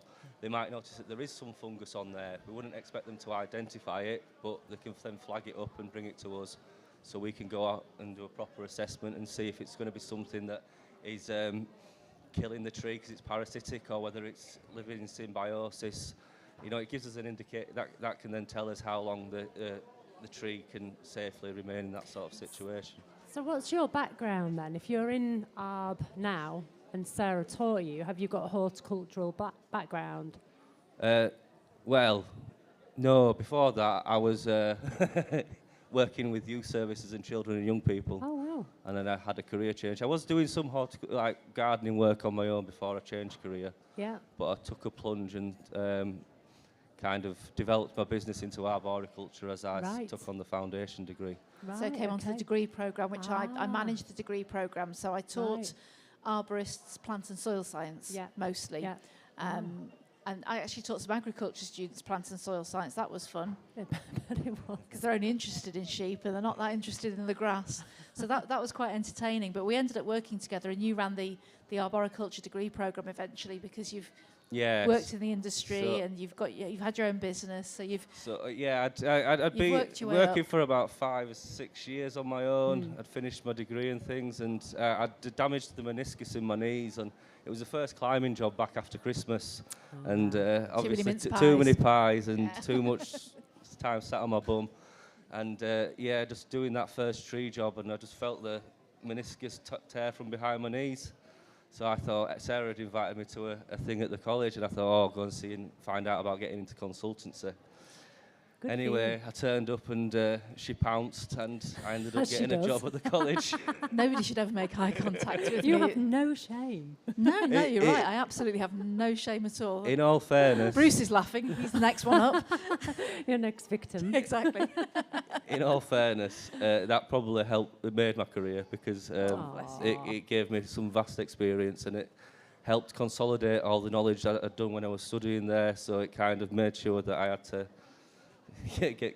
revise and get up to speed for all the questions that were coming from the new students. So if you worked with young people before, do you think you'd end up going back down the education route and perhaps teaching younger people about trees, the value of trees? Yeah, I mean, what I'm really keen on at the minute, I don't think Leeds are on their own but with this. I think all councils are pretty useless at communicating. So my personal role is community tree officer, so I deal with a lot of the councillors and MPs, but I think their voices are a bit too loud, so I'm really keen on developing links with community organisations, young people.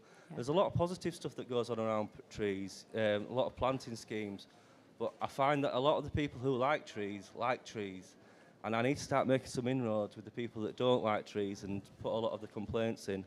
And don't get me wrong, some of the complaints that come through are absolutely warranted, and we need to make sure we're keeping trees safe.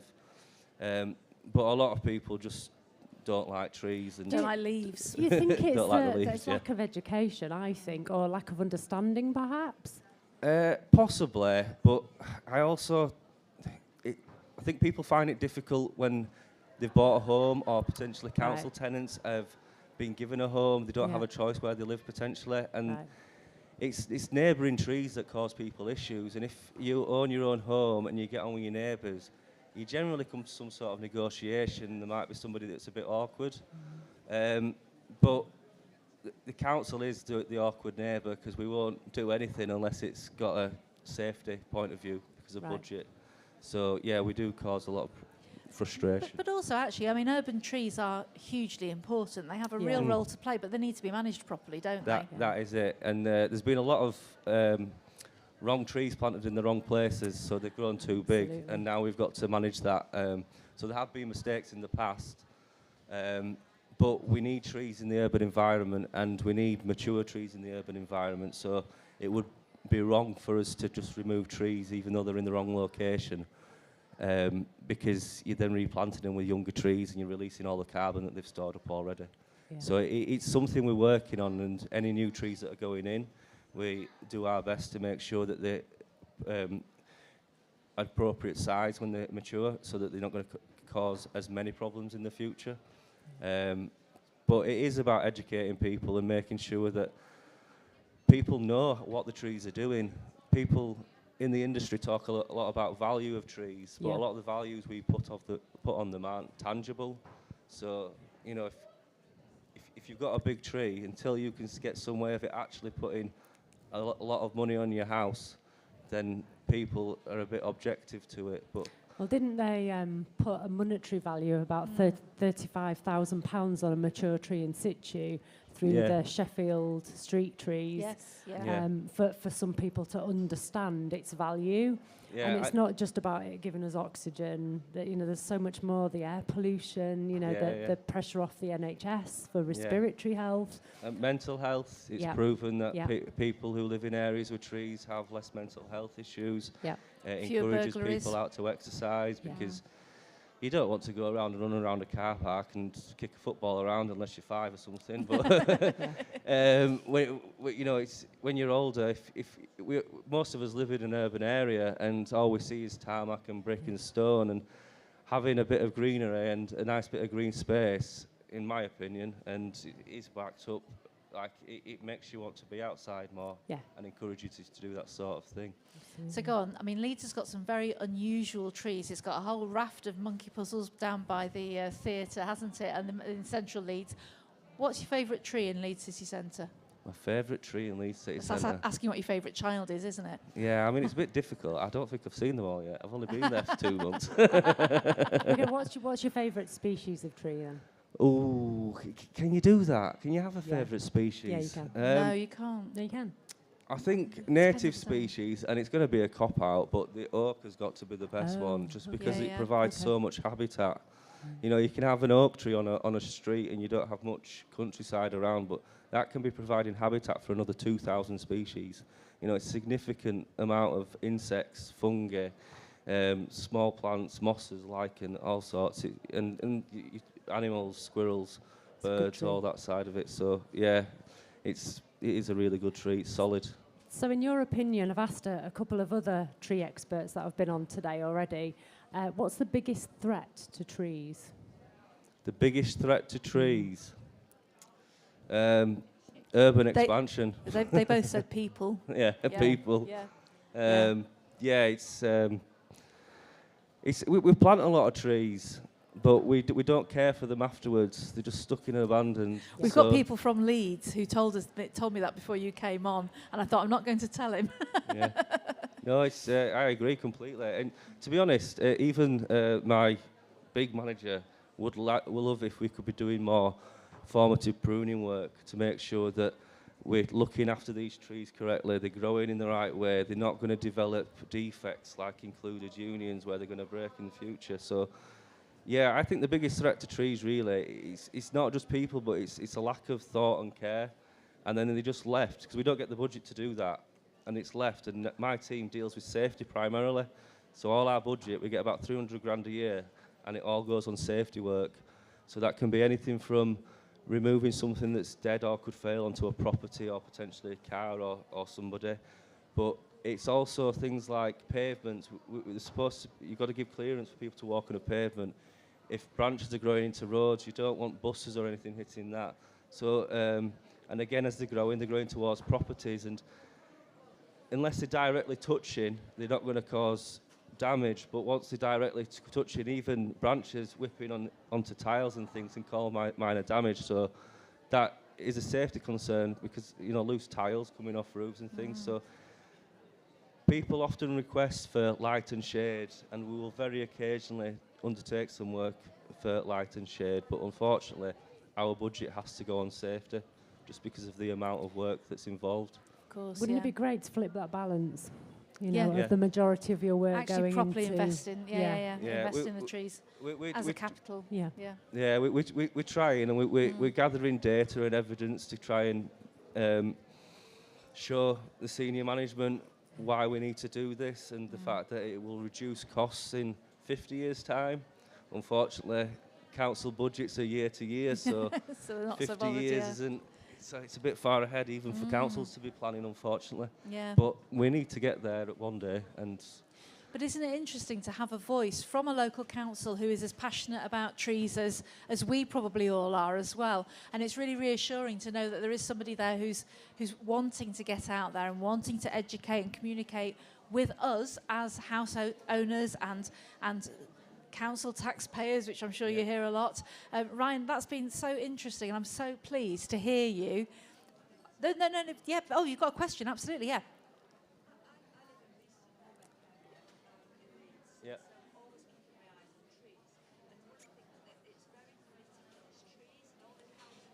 yeah.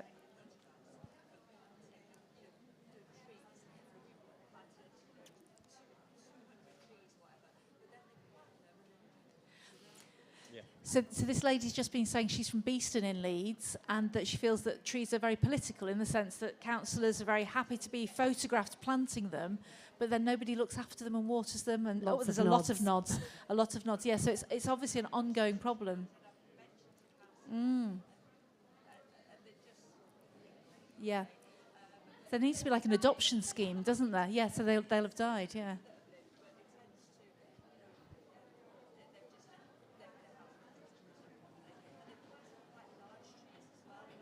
Yeah.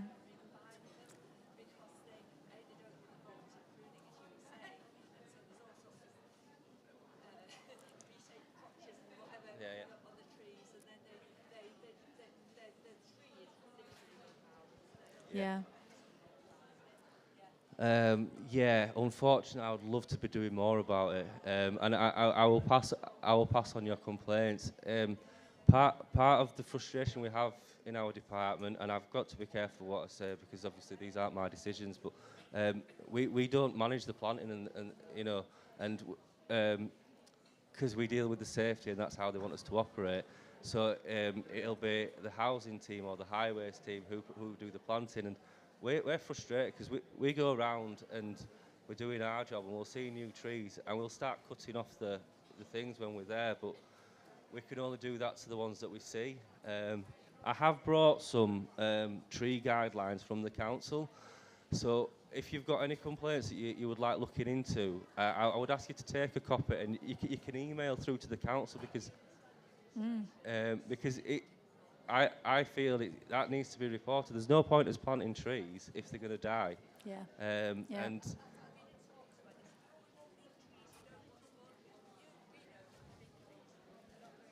No. yeah. No, they do need looking after. Absolutely. No, completely. And part of it, I imagine it came through from mitigation planting, so some trees might have been removed and then they've asked them to replace them with heavy standards. Because the problem with tree mitigation, whether it comes through planning or through TPOs or the council wanting to replace trees on their land, is that you can't really remediate or mitigate for losing a mature tree.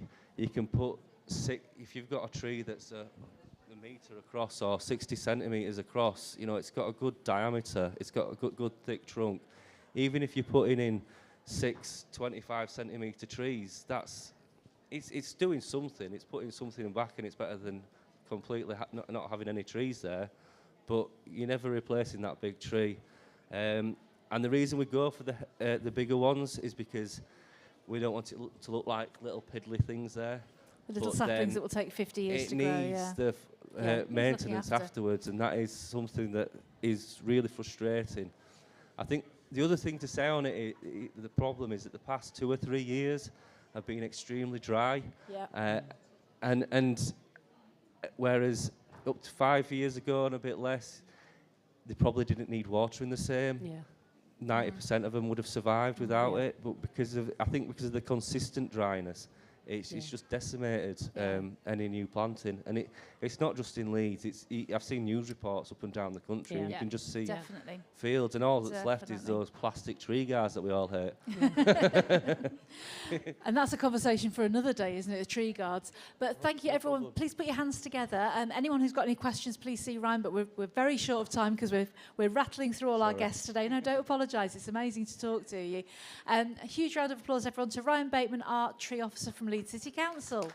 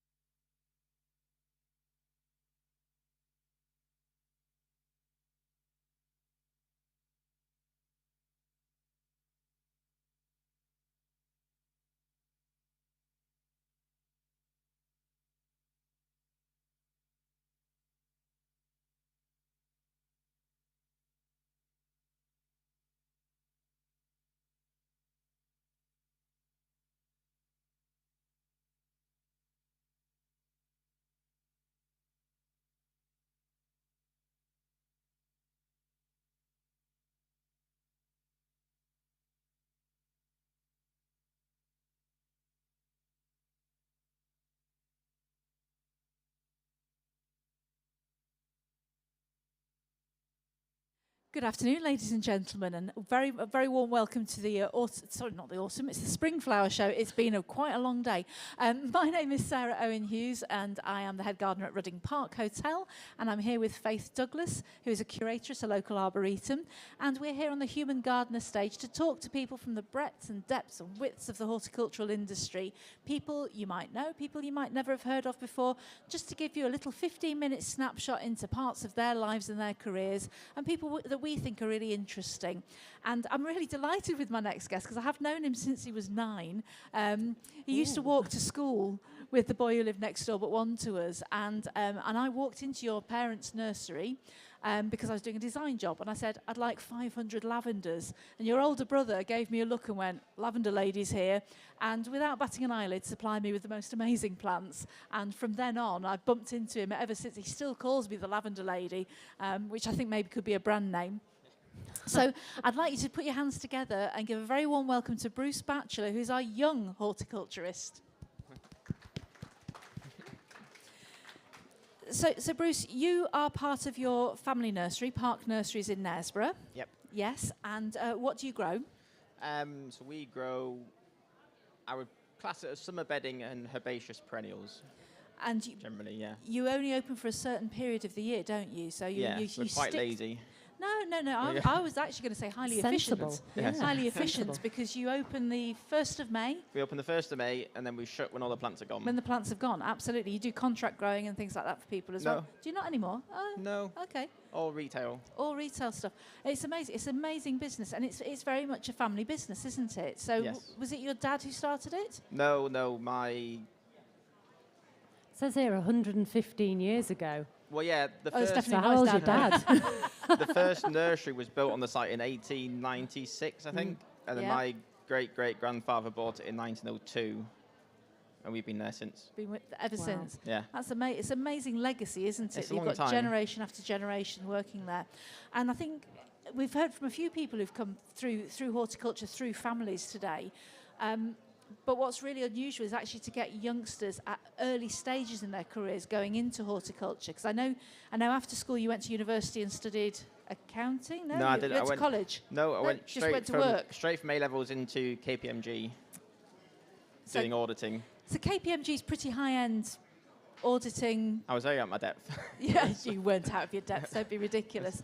But then pretty soon after you came back Yeah, I to did the family that for business, 2 didn't years you? and got fed up with being in an office. Yeah. Then went back to the nursery. That's really, really unusual to get somebody in their 20s going into horticulture, in commercial horticulture, in glass houses. Yeah. So what is it about the family business that sings to you? What is it you love about it? It's just a nice place to be, really. It's a bit like the kind of, if you do a job you love, you never work a day in your life kind of logic. So yeah, it's just a nice place to be, and you get half the year off, which is quite nice. Half a year off. That's all right, isn't it? We're all thinking, how can we get a family business that lets us It's do not that? half a year off though, is it? So in your downtime, what are you doing? Well, actually, recently I enjoy food as well. So recently I've been I do some work in Roosters Brewery around the road corner. Oh yes, yeah, Just yeah. Easy stuff, and a bit in a butcher's shop, and Yeah. Shepherd's Purse cheese. I've worked there. Oh, fantastic. I quite enjoy working in other places. Yes, you So, do. so when the nursery's closed though, during that period of the year when it's closed, what's happening at the nursery? So July, August, September, pretty much nothing. It's too hot. Yeah. I mean, it'll get like 60 degrees in the glass houses. Yeah. In the autumn, repair work, maintenance, ordering, planning, making sure everything's going to work. Repairing glass, that's my worst job. That's the bit I don't like. Glazing, yes. Glazing. It's very, very difficult to get hold of horticultural glaziers nowadays. Yes. People, and you actually do need specialists who are prepared to work at height. And I know a few people who work in commercial glass and say it's really hard, really expensive, and you don't always get the best job. But it's not a great job, is it? No, that's a bit dodgy, that one. Yeah. So when do you start your growing year? Is it January? January, Start in January. Yeah. And hopefully, fingers crossed, we'll be ready on the 1st of May. Yeah. To sell some plants. And it is you and your parents, isn't it? Yes, just me, my mum and dad. And then we've got a lady recently just been giving us a hand doing some planting. But just the three of us, really. And because you are unusual and special because you're a young person in commercial horticulture. You're a member of the YPHA. What does that mean? Young People in Horticulture Association. So if you know anybody under 35 who is intrigued, I've only just missed the cut-off. I'm absolutely gutted. Are you, Faith? I've only got it's 4 just years rude left. to laugh that much. I've got 4 years left. So it's a relatively new network. It's isn't only it? a couple of years old, Yeah. and it's a really good hub for young people, because it is quite rare to get young people in horticulture, and it's to try and promote the industry around the UK, So really. it's To create a networking, community, isn't it? mentoring. Yeah. Yeah, and it's that community. And again, finding other people you can share your experience and knowledge with, and vice versa. Yeah, it's my biggest WhatsApp group by far. You've been WhatsApp constantly groups. bombarded. Yeah, Now, you've brought some of your plants here because you were saying that one of the things you're really enjoying about your job is you get to experiment and to try new and better ways of growing plants all the time. Would you like to explain what you're doing with your plants here? Well, I suppose anyone who's growing plants will know about peat-free and going peat-free. So what's the cut-off point for peat-free commercially? So we think it's 2026. Right. Where so you won't be able to sell any plants in peat-based compost commercially in the UK. Yeah? Yes. And I think next year's the cut-off for retail. So buying composting in a bag. So you'll be seeing a lot of bags of compost saying peat-free across them now. You'll also see a lot of peat-based compost being sold off at the moment, but it's quite old compost. Yes. So just be aware of that. But it's quite interesting because I was talking to someone the other day about this, and they described it quite well as growing plants. There's loads of variables in growing plants, but for the past 50 years, peat's been a consistent element of that. Yeah. Whereas now with peat-free, it's another variable. Right, so let's have a look. I'm going to put my mic down and hold some of these up for you. So this is what goes wrong sometimes. So these are two plants planted at the exact same time. What are these plants? This is what a compact Ericium. Okay. This one, this time's in the peat-free. She's struggling. I don't actually know why. I feel like it might be too much food. This one's doing fine. But then, in these two, if you what put are these? What these are plants two are these? just sunflowers. Okay. Quite classic. This one's in the peat-free this time. It's really, really happy. And this one is in the peat compost, still doing fine, but just nowhere near as vibrant as the peat-free one. So it's, at the moment, on the nursery, lots of experimenting, lots of trialing. These two are quite interesting if you lift them up side by side. These two tomatoes, you know that one. The only difference between these two plants is that they're the same compost, but the composts were made, same peat-free compost, made 6 months apart. So if you bought it, you'd think you're getting the same product, but you get quite a different thing. Ooh. And it's just learning the more variables at play. It's harder to control. You'll have to alter your watering and your feeding for peat-free, because peat-free is more, by definition, is more variable. It's made up of lots of other components. Yes. You know, the quality of the wood chip, the quality of the source material. Mm-hmm. We're quite fortunate in our nursery. We've got a borehole, which is consistent. Yeah, so your watering's consistent, yeah. Some nurseries collect a lot of rainwater, have big reservoirs, which I think their water must fluctuate in pH and mineral content all the time. Yeah.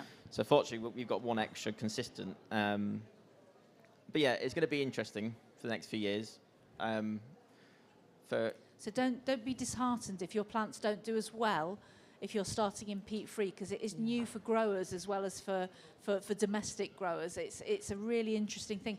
We've noticed, because we've been using where I've been working previously, we were using a mix of Forest Gold, which is composted bark, and we've noticed an increase in earwigs and woodlice, because they like the wood base, and so they eat the plants. And also we were getting a root aphid, which is an Asian root aphid that shouldn't really survive in the UK, but it wasn't causing problems to the plants, but it was coming up in the compost because it's not inert like peat is, which is a sterile substrate. So it's a really interesting time working in nurseries. Are you finding it fascinating? Yeah, a headache. A headache. It's more interesting, I find, talking to customers at the nursery to learn how they're getting on. One thing I noticed last year doing some little tests, which I found quite interesting, it was the germination point's really key in the plant quality.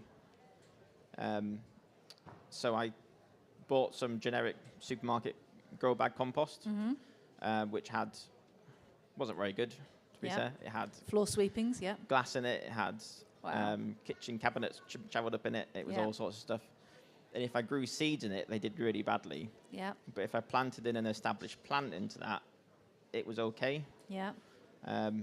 So getting the plant established and healthy at the beginning is really, really important. So I would almost, if you were trying to propagate seeds at home, recommend buying a small amount of really good quality compost to get them started, and then plant them into something which is maybe a bit cheaper, because doing it on a big scale is going to get expensive, basically. Yeah. The price is going to be tricky. Yeah. Because it is more expensive. Because it's a more expensive product, really. So that's going to be fun. So you mostly grow bedding, is that right? So if you were to recommend really good bedding plants for containers, what would you recommend? He did say earlier, I'm the least plants knowledgeable member of my family. I didn't hear that question. Yeah, but I'm used to dealing with customers who... The red ones, the white ones, the blue ones. Yes, because I mean, that's just so much down to personal preference. I mean, like, if it depends. If it's a really sunny spot, stick your geraniums in, because... I don't think you can go wrong with geranium, because they can kind of be neglected a bit, can't they? Yeah, they're very kind of like... they're a tough plant, unless they're in, like, really wet compost. I once had a customer ask me to help him find the geranium he bought last year. So I said, well, can you describe what it looked like what kind of flower? And he said, well, it had green leaves on it. Brilliant. I'd like You weren't exactly wrong. what I bought from you last year. Green leaves. No idea what the colour of the flowers were. The variety now of bedding plants is amazing, though. It is, yeah. Particularly, there's going to be a lot of sort of Jubilee type things this year, coronation type plantings this year, aren't there? Yeah. There's going to be lots of red, whites and blues. The work put into producing new breeds of plants is really good, to be honest. Yeah. One thing I don't know a lot of people know is that most plants you buy, bedding plants, are actually royaltied. People are used to like a royalty on a song or a brand, but most plants now are royaltied, and they have protections on them called a plant breeder's rights. So only certain people can propagate them. But what it does mean is that companies are willing to invest into developing new varieties of plants. Yeah. One of my favourite recently is it's a crossbreed between a zonal, so like standard geranium, and a trailing geranium. So you get the habit of both. It's much bushier and... Probably more robust. Yeah. Because the trailing can be quite, they fall apart really easily, I think. Yeah.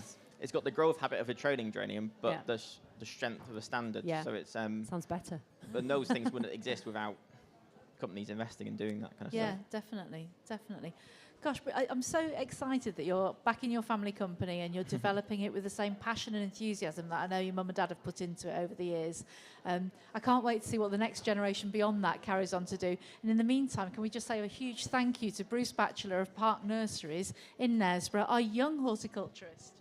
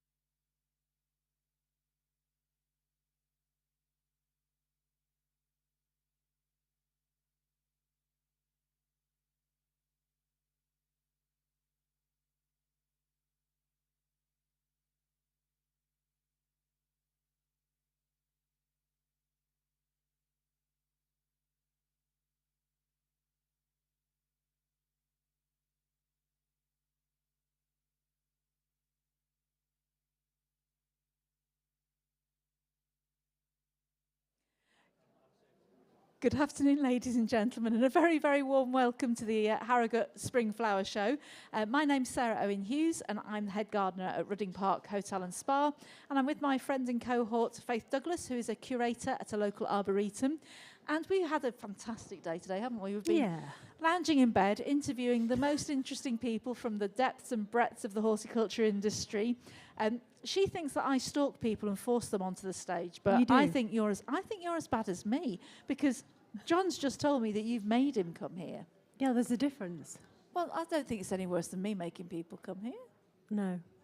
Well, yeah, maybe I do follow them on Instagram. I promised him and cake. Yeah, and you haven't brought any either, have you? Well, so without much further ado, let me introduce our next guest. John is a professional arborist based up in Bedale area, and I think Faith will find out more and talk about that. But in the meantime, put your hands together with a very warm welcome for John, our specialist arborist. Thank you so much, John. And yes, I did make you come. And quite rightly so, because you're amazing at what you do. So the arboretum that I work in, John is one of the arborists. Yeah, we've been working there for a long time. 12 years now. Yeah, yeah. I'm probably the only arborist I trust. I'm sure there's lots of really good arborists out there, but we work really well together because, you know, I trust you, I know how you work, you know how I work, and we just get on all right, don't we? And you're really good. Knowing the final result you're is really what good you're at your after. job. So I'm really glad you came here. So you're welcome. How did you get into? Got into tree work through commercial forestry, and just got a bit bored of just cutting trees down constantly, and wanted to learn more about how to care for them.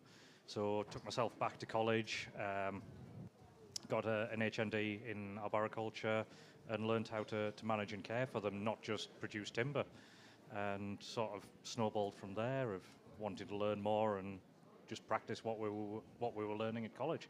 Yeah. So you have your own business, don't you? Yeah, I've got my own business.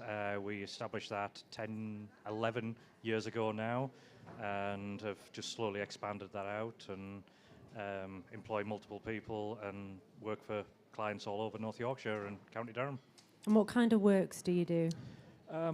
Unfortunately, these days we seem to specialise in dangerous tree removal, but we will do all sorts of work, from pruning trees in somebody's garden, removing hazards, or working on veteran trees wherever possible to try and preserve them. Yeah.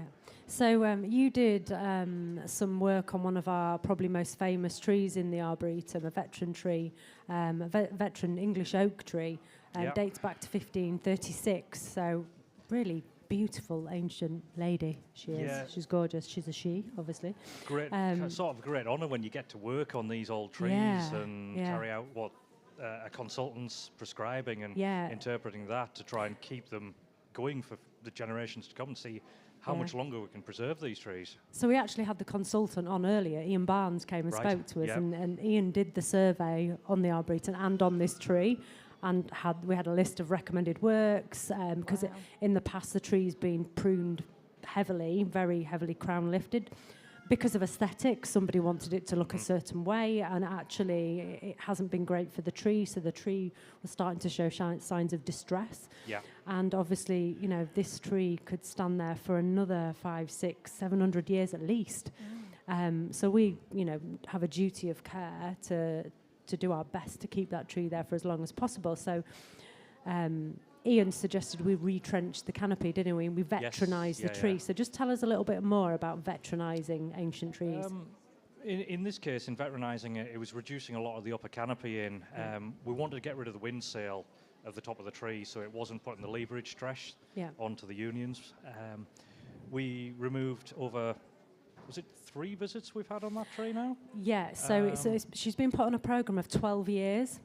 So every sort of 3 to 4 years. 3 to 4 years, come back and remove. We did a slightly longer during one of them, and there's less percentage being taken off the canopy now. The first cut was quite big. Yeah, there was some serious tonnage came off that tree of outer weight of it. And there's certain types of cuts, because I remember that first conversation we had about cutting it. And just tell us a little bit more about the cuts that we do.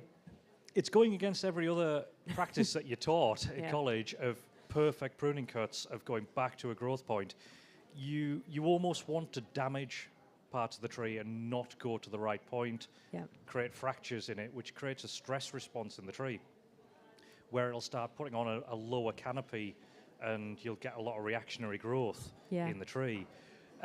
It's creating more foliage, so then it can photosynthesize better, and then it can ward off and grow and grow better with a smaller canopy. Yeah.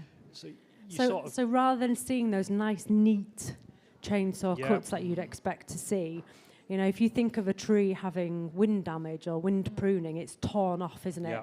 And those are the cuts you were replicating. It was storm damage, wasn't it? Which then the tree goes, oh my goodness me, my limbs dropped off, I need to grow. Not recommended on a good, healthy tree, but on a veteran where you're trying to get a stress response, it works brilliantly. And not 'cause on you're all tearing it. species No, either. not all species. That must have been quite stressful for you, though, surely. I mean, that's quite a big thing to do on such an important historic tree. It is a little bit, but it's once you get your program of works in your head, you know what the final outcome is. It's really enjoyable working on these because it's a you are privilege, looking isn't it? at back. Yeah. The stress is sometimes explaining to somebody else why you're doing it in this way. That can become the stressful part, not the actual tree work. Did Faith promise you cake then as well? I think she actually did bring me cake. He that got day. cake. He always gets cake when he visits.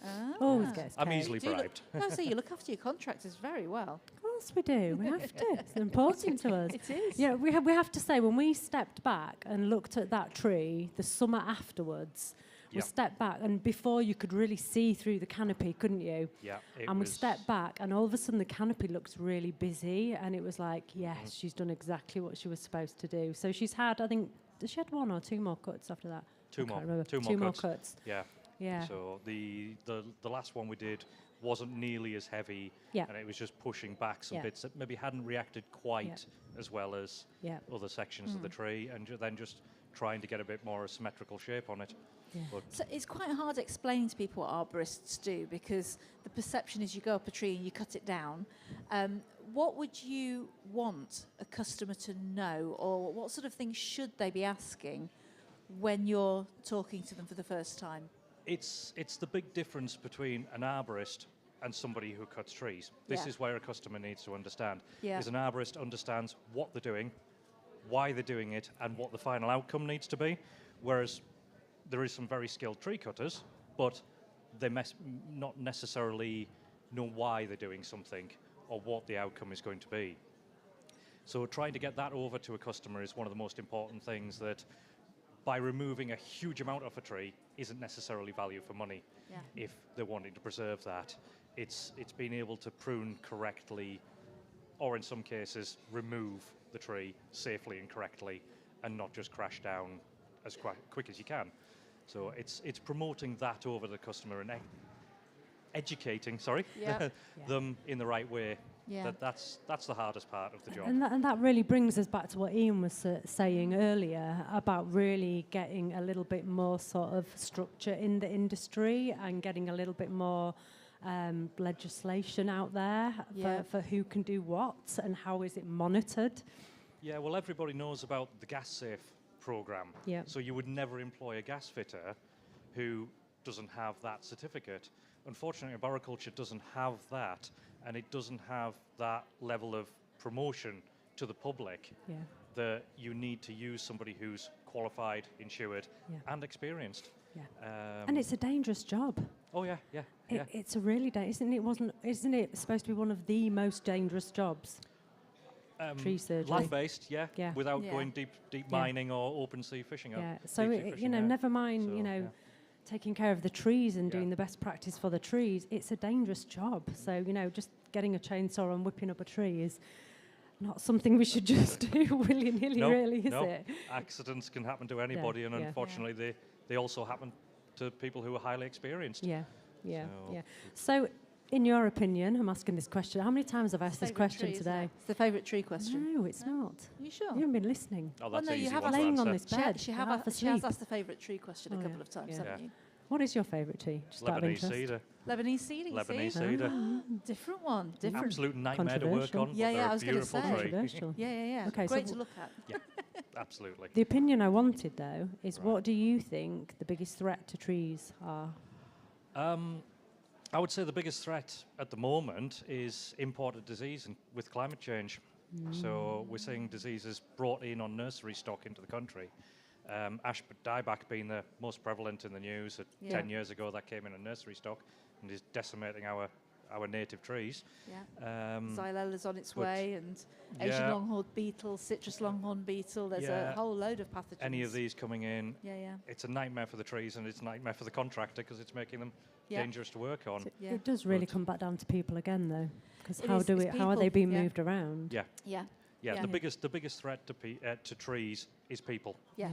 And Yeah. mismanagement. Yeah. of- Why are we importing ash trees when they grow through everybody's lawn this year? Have you noticed that this year? It's been a mass year. We've all got sycamores and ash growing in our lawns like Billy O. It makes no sense, does it? That it's cheaper to grow an ash tree in a different country than it is to grow it here. It Just makes grow no it in your sense. lawn. Yeah. It makes no sense to me at all. it's picking the right species to plant in the right Yeah. place, Yeah. and a nightmare for us all as arborists and foresters, picking the right species for future climate change. Yeah. It's a difficult So, one. if somebody wants a tree surgeon, a very good tree surgeon, where can they find you, John? We're based just outside Richmond, so anybody can look us up online. What's your company name? It's Dryad Arb. Dryad.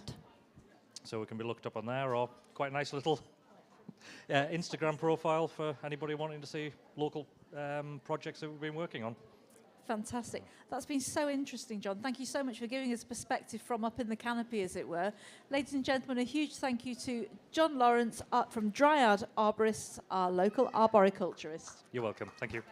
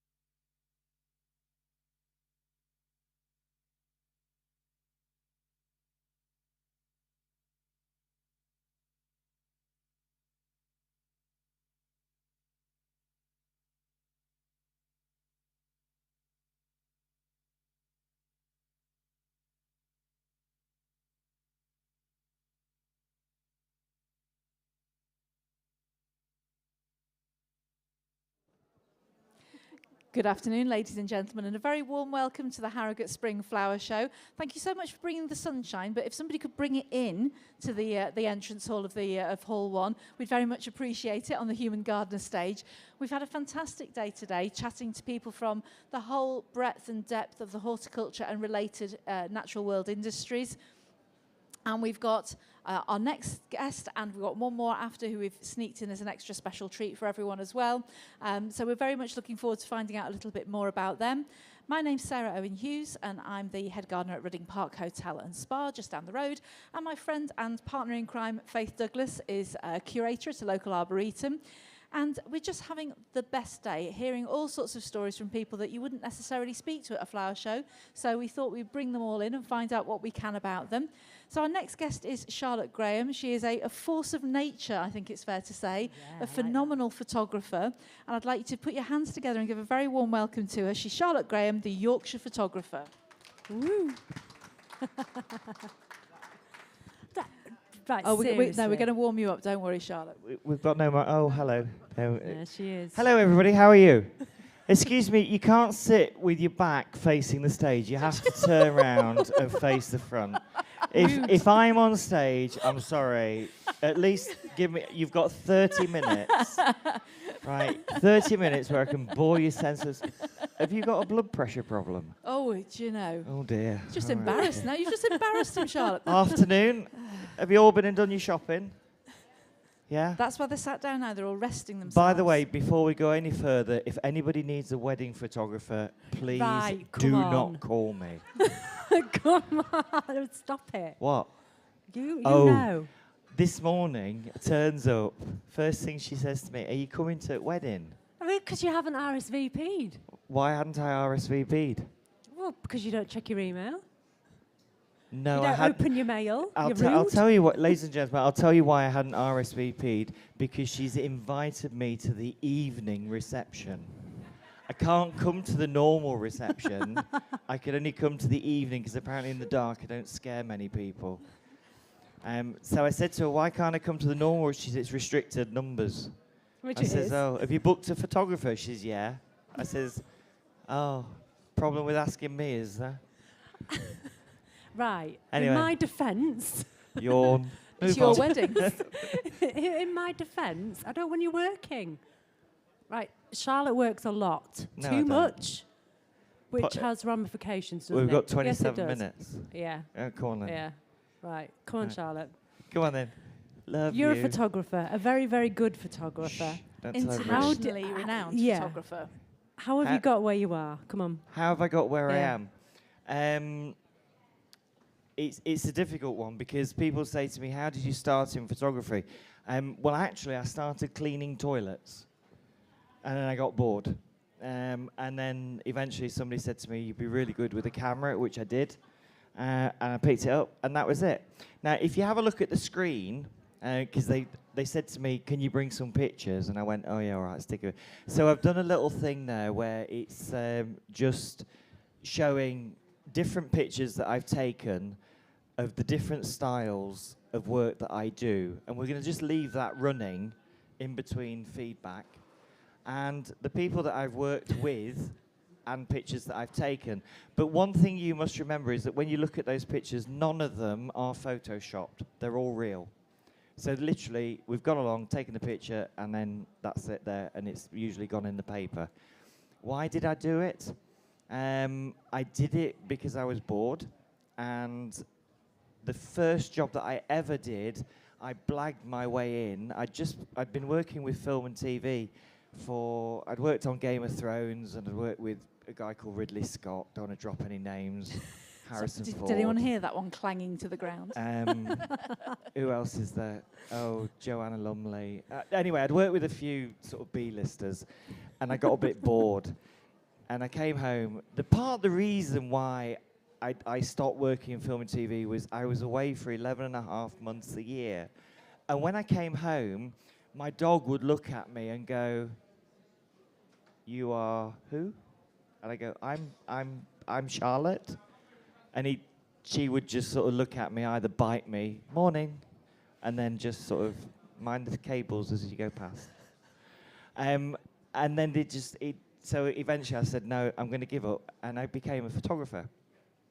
Everybody always said to me I'd never make any money and I'd never be any good. And so here I am now. I've still made no money, but apparently I've gone up above the good bit. And that's 9 years later. But in August of last year, I had a little bit of a glitch. It's an understatement. Slight glitch that... Are we boring you?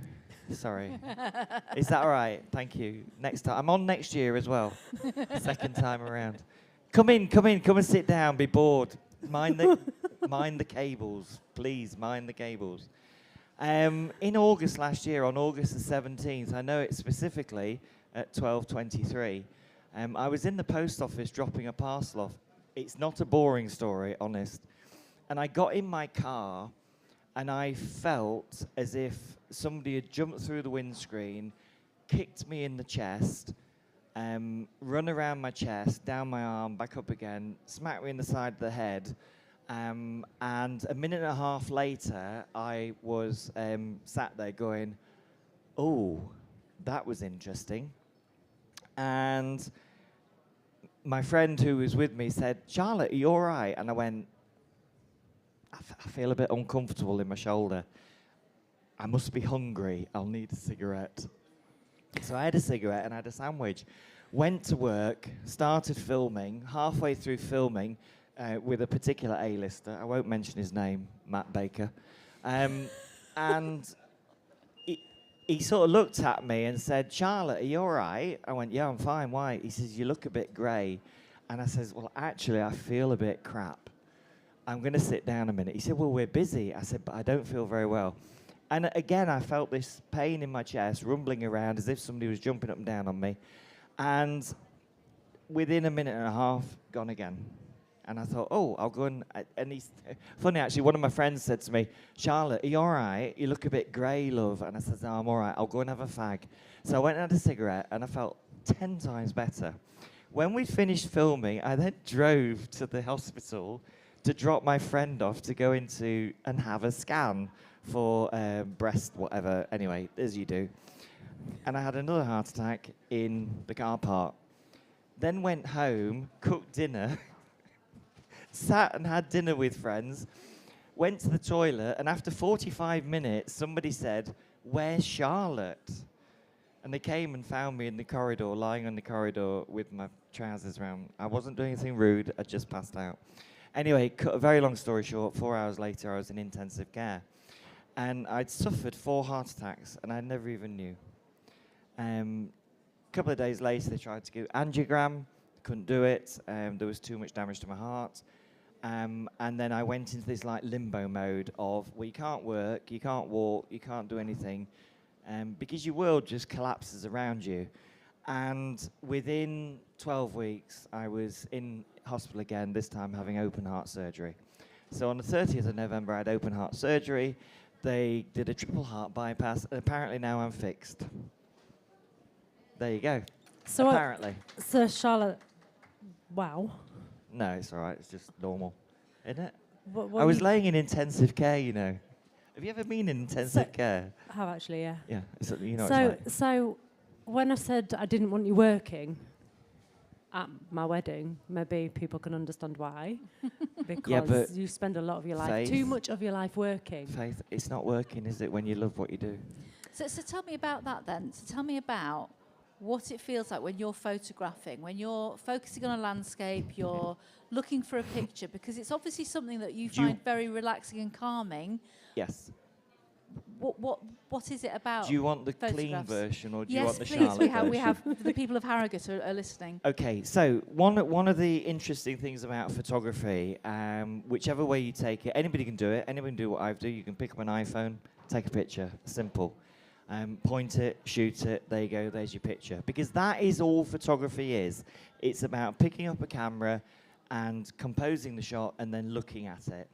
Now, the thing is, when you do it for a living and you do it 3 or 4 times a day and you do 3 different shoots or you do different things, you can be photographing. With myself, I could be photographing, for argument's sake, Farage, that's another name dropper, isn't it? Matt Baker in the morning, Farage in the afternoon, the King, you know. Did I tell you a story last week? I was photographing the king. For the Maundy, Oh, for yeah, Maundy sorry. Thursday, yeah. That's it, Maundy Thursday. God, I'm a bit of a name dropper, aren't I? You're getting that way, yeah. All that lot. So, when I do my photography, I find it very relaxing. I used to hate doing portrait photography because I find people are a pain in the arse. I mean, come off it. You go shopping, don't you? They jump into you with your shopping trolleys. They walk up to you, go, "Oh, excuse me, I've seen you on telly." I'm like, I'm trying to do my shopping. Can I have your signature? Yeah, whatever. So I grew up with this thing about people that I didn't like people. I'm 6'1" and blonde and built like a brick. I won't say shit house because I'll get into trouble. And people, I scare people most of the time. They sort of look at me and go, "You're Charlotte?" "Yes." "I was expecting somebody dainty." "Really? Okay. Well, you didn't hire me for my good looks and charm, did you?" But anyway, so I use photography to clear my mind because I have to clear my mind. If I'm trying to make a decent picture of somebody like the King, Queen, William, Kate. Sorry, more A-listers. Anyway, if I'm trying to do a portrait of somebody, I've got to make them at ease with me. So I become possibly a little bit of what one might be a fool or something. Or you are really good at making people feel at ease as well. Yeah, but you have to. Yeah, and you can't go up to people and stick a camera in somebody's face and say smile, because the first thing they do is their bum sort of clenches, their bowels comes up into their stomach, and you can see it in the nose, bubbling at the nose. It's like, and so what I usually say to people is, "Please breathe," and they look at you and go, "Oh, that's nice," and then you get a picture. Well, and what about nature? Because it's really hard to photograph plants to make them look good because they keep moving in the breeze. They won't smile when you want them to. You've not heard of paper clips? Tell me more about this. Just staple it to something, it works. Oh, God. You can't staple plants. You can. It's dead easy. What about small or children? Or if you snap it off. You know the real. I got asked to. I had to go up to RHS. You've heard the RHS, haven't you? I've heard of them. Yeah. Yeah. There was this very important flower grew, some water lily or something. Yes. So he said to me, they dragged me up there, and there's this water lily in this patch. And I went, and they said, "It's there." I went, "What?" They said, "It's that plant there." I went, "What's that?" I said, "It's a water lily. It's really rare.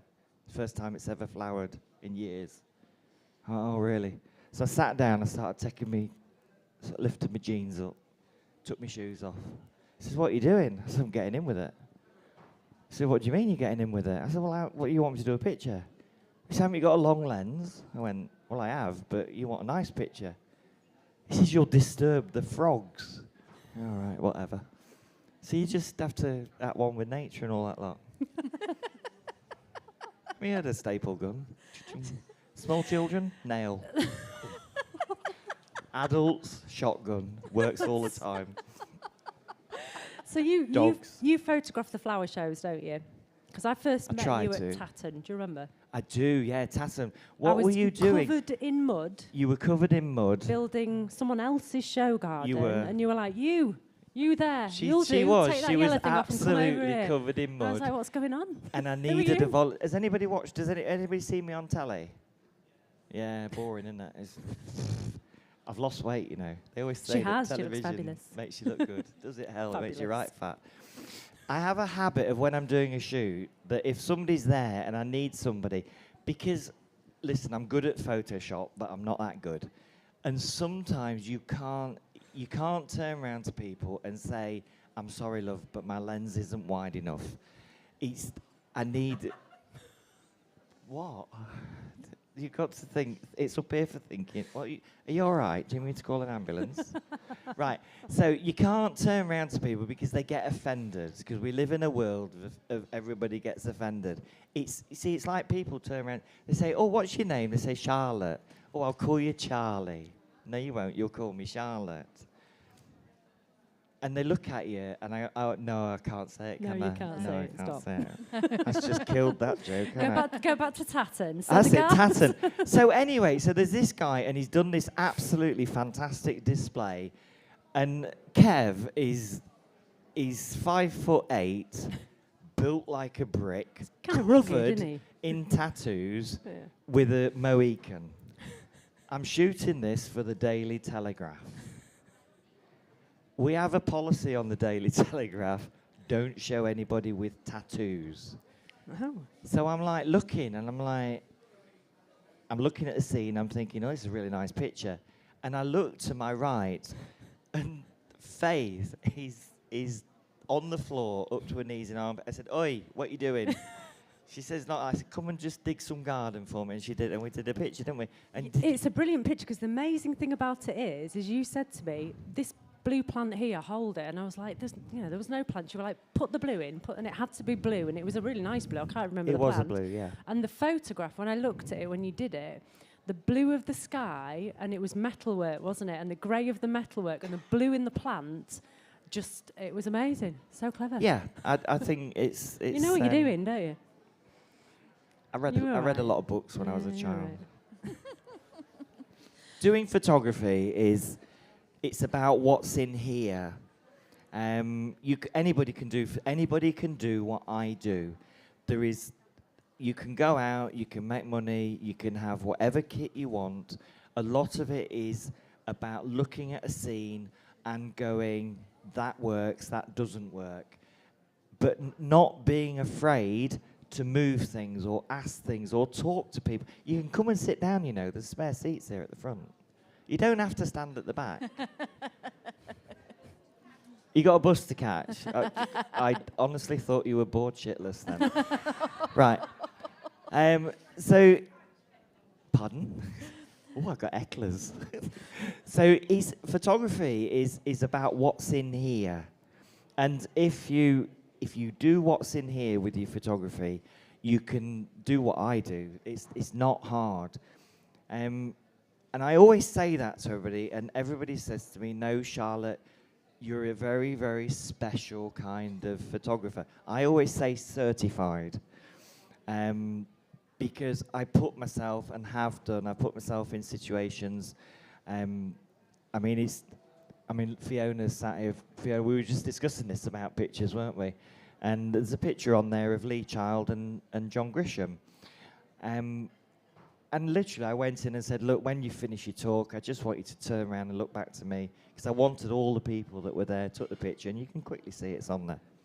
Anyway, so tell me about the projects that really excite you, because obviously, as a photographer, you don't get to choose what you're taking photographs of a lot of Weddings the time. excite me. Your weddings really excite you. Yeah. Now you're just poking the bear again, aren't you?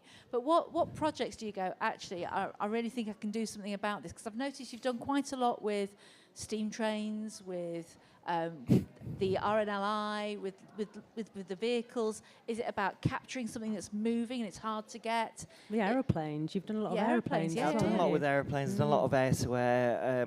I've done people. I love doing people. Let's start off with people. People are, every time you meet somebody, we're all individuals. We all have our own idiosyncrasies. We have everything that's different. And I love to be able to capture a person in motion or just there. There's a picture on there of a lady in 16th century dress. And if you actually look at the picture, I mean, I know you're only going to get a couple of seconds of it as it keeps going through. When I took that picture, I looked at it and I thought, that lady doesn't look very well. But I'm not a doctor. Now, she actually came to me 2 years later and said she kept on looking at that picture and she realized that she'd actually got an allergy problem with her blood. And it showed through in the picture that I'd taken.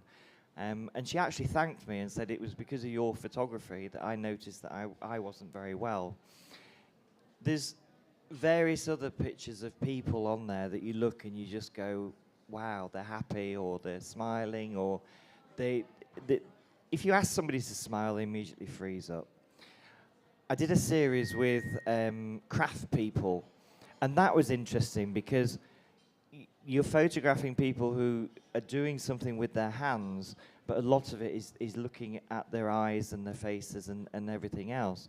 aircraft. I love doing aircraft. I love doing weather. I love doing animals, preferably living animals. I have photographed the odd dead fox, but that's another story. I think I've photographed nearly everything, and if it moves, I shoot it. If it don't, I then move it, then shoot it. Flowers, good for stapling and all sorts of stuff. Gardens, nature, anything. So what's the best photograph you, in your opinion, you think you've ever taken? What is your favourite photograph? But you see, I'm the wrong person to ask. I'm asking you. I know you're asking me. Somebody said to me, I always get asked this question, what's your favourite picture? I don't know.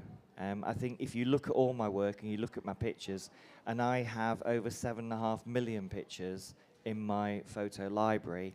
Oh, that's stressful. That feels stressful. If you start looking through them, each picture tells a story. Each picture has something about it that you look at it and go, oh, that's different. Oh, that's why she shot that, or why she done that. One of my favourite pictures. I like the Lee Child and John Grisham one. That's in Harrogate. That's on that screen. I'm just looking through. I like. Don't know. What about the one of me in the bath? That was a good shot. Yeah, you were hard work. Someone was spraying me with a hose pipe. Do you remember that? I do remember that. That was a yeah. flower show as well. That was the flower show. You should was just a get in show this garden bath. involving Yeah, a that was bath. nice. That was nice. Different. Can't wait for your wedding. A hose pipe. So you've also done a couple of books, haven't you? Yeah, I've done a couple of books. They don't sell very well. Well, this is your opportunity to tell people how great they are. I ain't got any with me. We can tell them. Oh yeah, they're Tell all them about Where the can they books. buy their your Amazon. books? Charlotte Graham. Buy a book. Keep me in company. They're beautiful books. They're all right. They're good for dyslexics. Coffee table books. No, they're small. Still, Are they they? look nice Is on a th- coffee is that table. coffee table? Sit, leaf through. They're not designed Nice. for people who want to read. Well, that's exactly why you'd put it on a coffee table. Just sit and browse, don't you? I ain't got a coffee table. So tell me about some projects that you can tell me about. What have you got coming up? Have you got plans for another book? Are you going to do something focused on a theme? I can't tell you. Can't tell me. I can. I'll just have to kill you later. Oh, yeah. Oh, that's an old one, isn't it? Yeah, yeah. Yeah, I've got another book being done at the moment. There's various people arguing about the book. I've said I want this in. Other people said it's. I'm trying to highlight endangered crafts, but again, it's. Because there's a red list, isn't there? Yeah, there's a of red crafts? list, and I've Yeah. photographed nearly all of them. You know, it's funny actually. Since I did that, about another 100 other photographers have gone out and done it as well. So you have to remind people and say, "Hiya, you all right? Have you done your shopping? What you got? Did you bring me cake? Cheese? No, I don't like cheese. Bad for you. Makes you fart." Yeah. What else? You're not going to invite. You're not going to invite me again, are you? We've invited you twice. Yeah. Twice you've not come, or you've been busy, or in Or hospital actually in something. hospital, yeah. Well, I had heart attack and Yeah, open fair one. heart surgery this time, didn't I? Better come and have a look. Other projects, people. I'm trying to get back into work, but I can't do what I used to. I can't do 3 or 4 shifts. There's a seat here if you want to come and sit down. You're all right. So are you finding that your photography is helping you slow down a little bit? Yes. Well, I've had to. Yeah. One thing I've done is, and this sounds really, really silly. I shoot with Sony A1. This is like somebody said to me, "Oh, you've been and bought a Leica camera." They're the same price as a Sony, but what it does is it gives you speed, ISO, and aperture, and that's it. It will not tell you how to make the coffee. It will not tell you. It will not do 60,000 frames a second. It makes you think, and it's a rangefinder, and it's manual focus, so it makes you think, and it makes you think, and that's how I'm starting to fall back in love with photography, and I'm starting to do some amazing work again. Fantastic. As you do. Fabulous. Well, I can't wait to see you at Faith's wedding because it's going to be quite chaotic, I think. It's going to be interesting, isn't it? It's going to be interesting, Hose isn't pipes it? and glue. You know I'm going swimming first, don't you? Easy, Tiger. You're going swimming? Yeah. Why? Well, because I want to. Haven't you got a bath at home? Sorry? Have you got a bath at home? No, in the lake. So you'll Why- have to photograph that as well. You're going swimming in a lake. Before I get married. I'm getting married in the woods. Cool. Remind me why you don't do weddings. There is a reason I don't do weddings. I'm not allowed to. I think I did, and it's funny actually. I did the last wedding I did, and this was. There's a slightly funny story. A particular A-lister asked me if I would do their wedding, and I went, no, sorry, I don't do weddings. Now, at the time, my mum was alive, and they knew my mum, so they rang my mum up and said, can you get Charlotte to do our wedding? To which they said, you need to ask Charlotte. And they said, we've already asked Charlotte, and Charlotte said no. And they said, did she say no, or did she say, oh, she said no. Oh, well, I'll ask her nicely. Anyway, it went on for about 2 years. And eventually, they browbeaten me, and I gave in, and I said, I will do the wedding. There was 2,500 guests at this wedding, and then COVID hit. Wow. And there was 11. Wow. It's the best time I ever had. Honestly, can you do a wedding for? Yeah, I'll So do you've got 11. experience. What, weddings? Of wedding I was pissed. photography. I was shit-faced at me head all the time. Yeah, of course I have. Charlotte, we've had a fantastic Are you- roller coaster. Are you actually going to ask me any questions, or is that? We've had a sod roller off? coaster of half an hour. I'm not sure that my heart's going to take much more, if I'm totally honest. It's All the people watching. All the people watching. It They've is- all gone home. Look, these have it's- just joined in. We You've got could go newbies, stay you've for got some another 5 newbies minutes. now. It's Do been you not want to sup- ask me another question? Well, we've asked you loads of questions. All right. Does anybody else want to ask me a Is there, question? Charlotte, is there anything you want to say? Is there some? Would anybody like to ask me a question? Yes. You'll have to speak up. You'll have to speak up. All right. You don't want to ask me a question. Anybody want to ask me a question about my work? Cool, that's great, isn't it? There I'm you go. sure most people come and talk at the end because it's quite difficult breaking. It's quite embarrassing. It's quite difficult shouting Charlotte's up at a stage, embarrassing, isn't I it? know, I know. No, it's not. You're embarrassing. Not at all. Not at all. But it's always fascinating talking to you because we never know what we're going to get. We never No. know what to expect. But we do adore your work and we adore you. And thank you so much for making the effort to come. Next year, you invite me on a Saturday. If you want to come on the Saturday, You you said you only wanted to do it in an afternoon in case you had a better I know. offer. I know. Yeah, I I need recall to those change my words. mind, don't You I? did. You did. We're sorry, we're finished. Oh, We're closed now. All right. Thanks. Everyone, a huge, Have a nice day. a huge Bye. round of applause to Charlotte Graham, our Thank you. celebrity photographer. Thank you, Charlotte.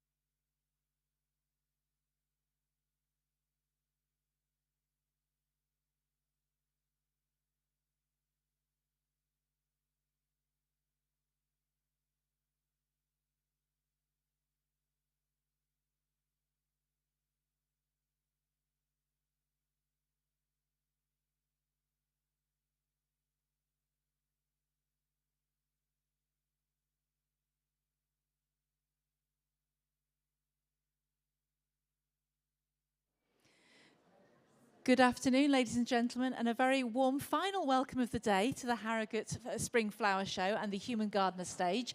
My name's Sarah Owen Hughes, and I'm head gardener at Rudding Park Hotel and Spa, and I'm with my friend and partner in crime, Faith Douglas, who's a curator at a local arboretum. And we've had a fantastic day talking to people from the whole breadth and depths of the horticulture industry, talking about things that you might not necessarily see or hear about at a normal flower show.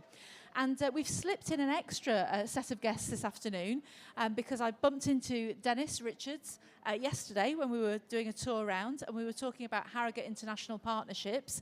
And by sheer serendipitous coincidence, Katie and Alice, who both went to school with my children, are also youth ambassadors for Harrogate. So please put your hands together for a very warm welcome for the Harrogate International Partnerships team. Thank you. So Dennis, First of all, we met, yes, it's on, don't worry. When we met yesterday, it was at the Cenotaph Garden that you've built for the flower show. Yes, Tell me that's about correct. it. Basically, Harrogate is twinned and has been over a large number of years with 4 towns across the world. 2 of them are Commonwealth countries, so we're twinned with Wellington in New Zealand, the capital of New Zealand, with Barrie in Canada, close to Toronto, 2 European towns, Luchon in the south of France and Montecatini in Italy. And so what have you done in this garden? What we've tried to do is celebrate these international links. 2 of them in a very different way, really. First of all, Wellington, New Zealand and Canada, very closely linked with Stonefall Cemetery, which is close to Harrogate, which is the largest Commonwealth war grave cemetery in the north of England. And there are 660 Canadian aircrew buried there, and only 23 from New Zealand, but my word, did Wellington take the duty of memory seriously, and that is a really important function. So I see the duty of memory as important for the future generation, really. Yeah. The 2 European towns, Luchon and Montecatini, entirely connected with Harrogate's spa heritage. They're both brilliant spa towns. Right, and so the garden that you've built here is to celebrate the anniversaries of these twins. It is indeed, isn't it? yes. I won't go through the numbers, but they're all end with a 0. Yeah. The oldest is Wellington, which is 70 years, yeah. created straight after the Second World War.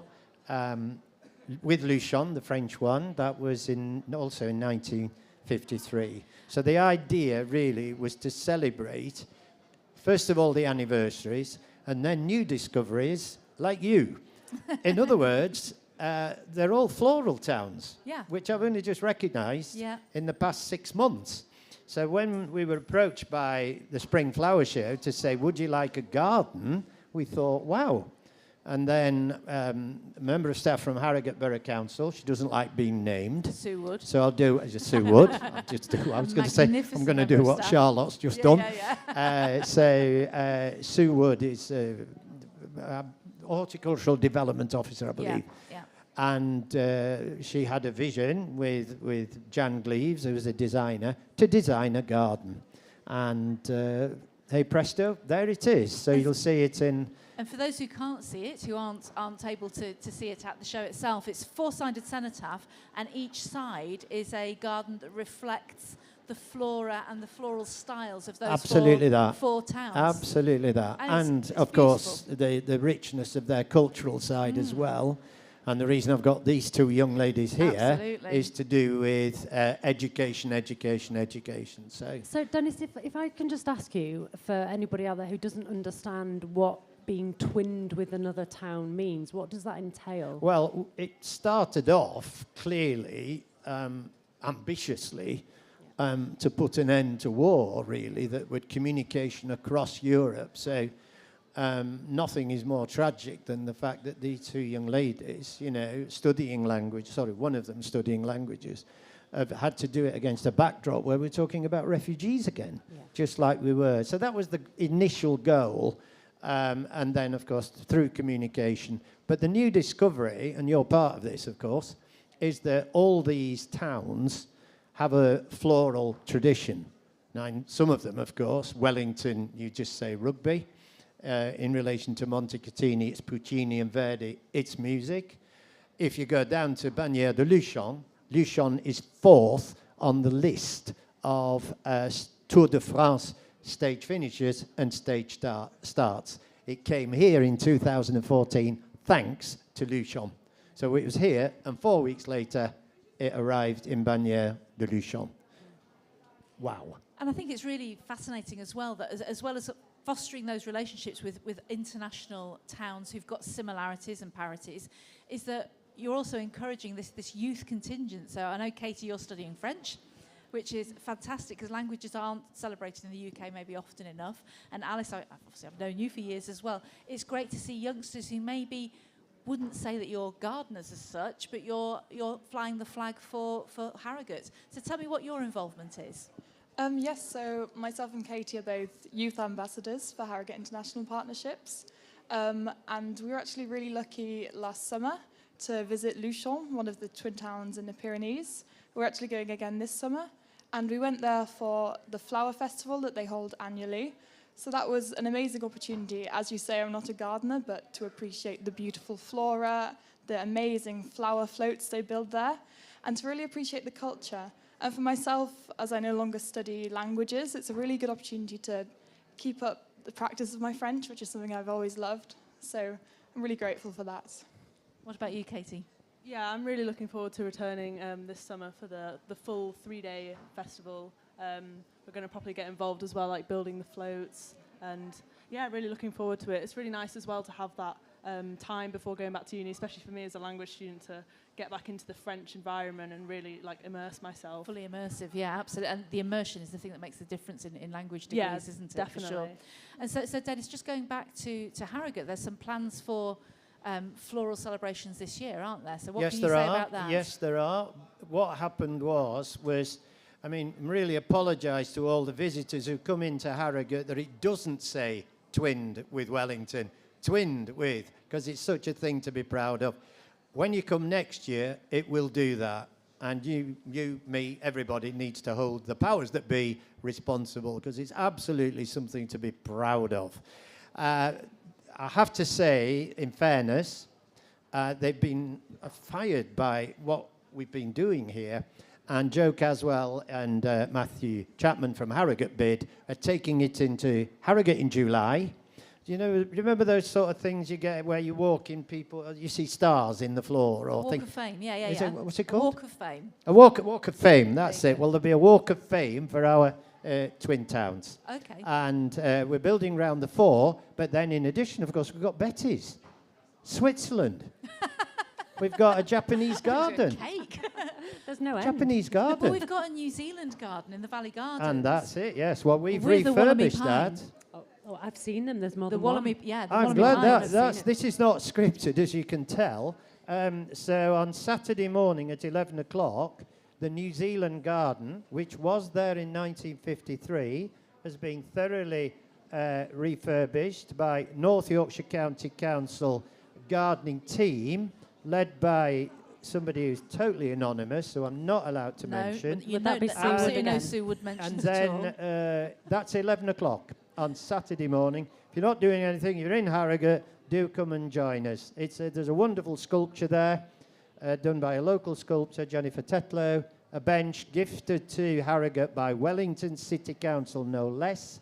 The Royal New Zealand Air Force will be represented, the Australian Air Force will be represented. That's New Zealand Garden in the Valley Gardens, part of the Britain in Bloom competition, which of course Harrogate's going to win. Incidentally, we got the gold award for our garden. Absolutely. Yeah, thanks to absolutely. she who shall not be named. Huge congratulations. It's beautiful. It really is. And what I really love is the way that it has 4 very distinct faces, very different voices, which I think also represents Harrogate and its very different voices and different demographics. And it's fantastic to see a whole range of people who are passionate about twinning and international relations. And I really hope, particularly Katie and Alice, that you carry this forward as well and help to celebrate more about the building of bridges rather than the breaking of them, which is phenomenal. Yeah, it's education, education, education, as someone Always. famously once said.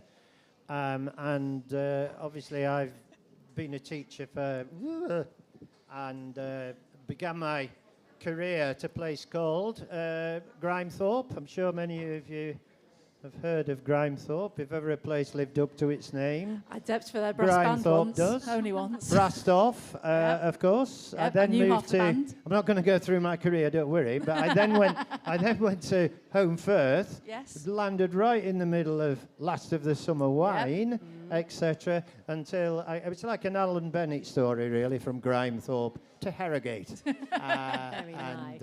But yeah, education is the key to the future. And the great thing, obviously, about this whole thing is we need at the moment to push very hard on global Britain. We've got the Commonwealth, we've got these wonderful towns in Europe, and we've got some wonderful young people as well. Fantastic. There we go. Dennis, Katie, Alice, thank you so much for making time to drop in at the end of our day. It's been lovely hearing all about you all and your adventures, and I wish you all the very best of luck. And I'm really quite jealous that you're going to the Pyrenees in the summer without me to translate for you. We could go with them. Yeah, but I probably need to. Very, very, very, seriously, very welcome. You might just have landed yourself in it there. So you are... Well, they say shy Ben's getting out. You are extremely... She shall not be named has actually been to Luchon. Excellent. Looked at the flowers as an expert. Yeah. Montecatini is the dream because apparently there is a floral tradition to die for. And when we get really ambitious, it's in Canberra. So if you'd like to take responsibility for Canberra, absolutely, it's yours. Absolutely. Because apparently there's a flower festival Fantastic. there. Thank you all Cheers. very, very much on behalf of Harrogate International Partnerships. Dennis, Katie and Alice, thank you. Thank you.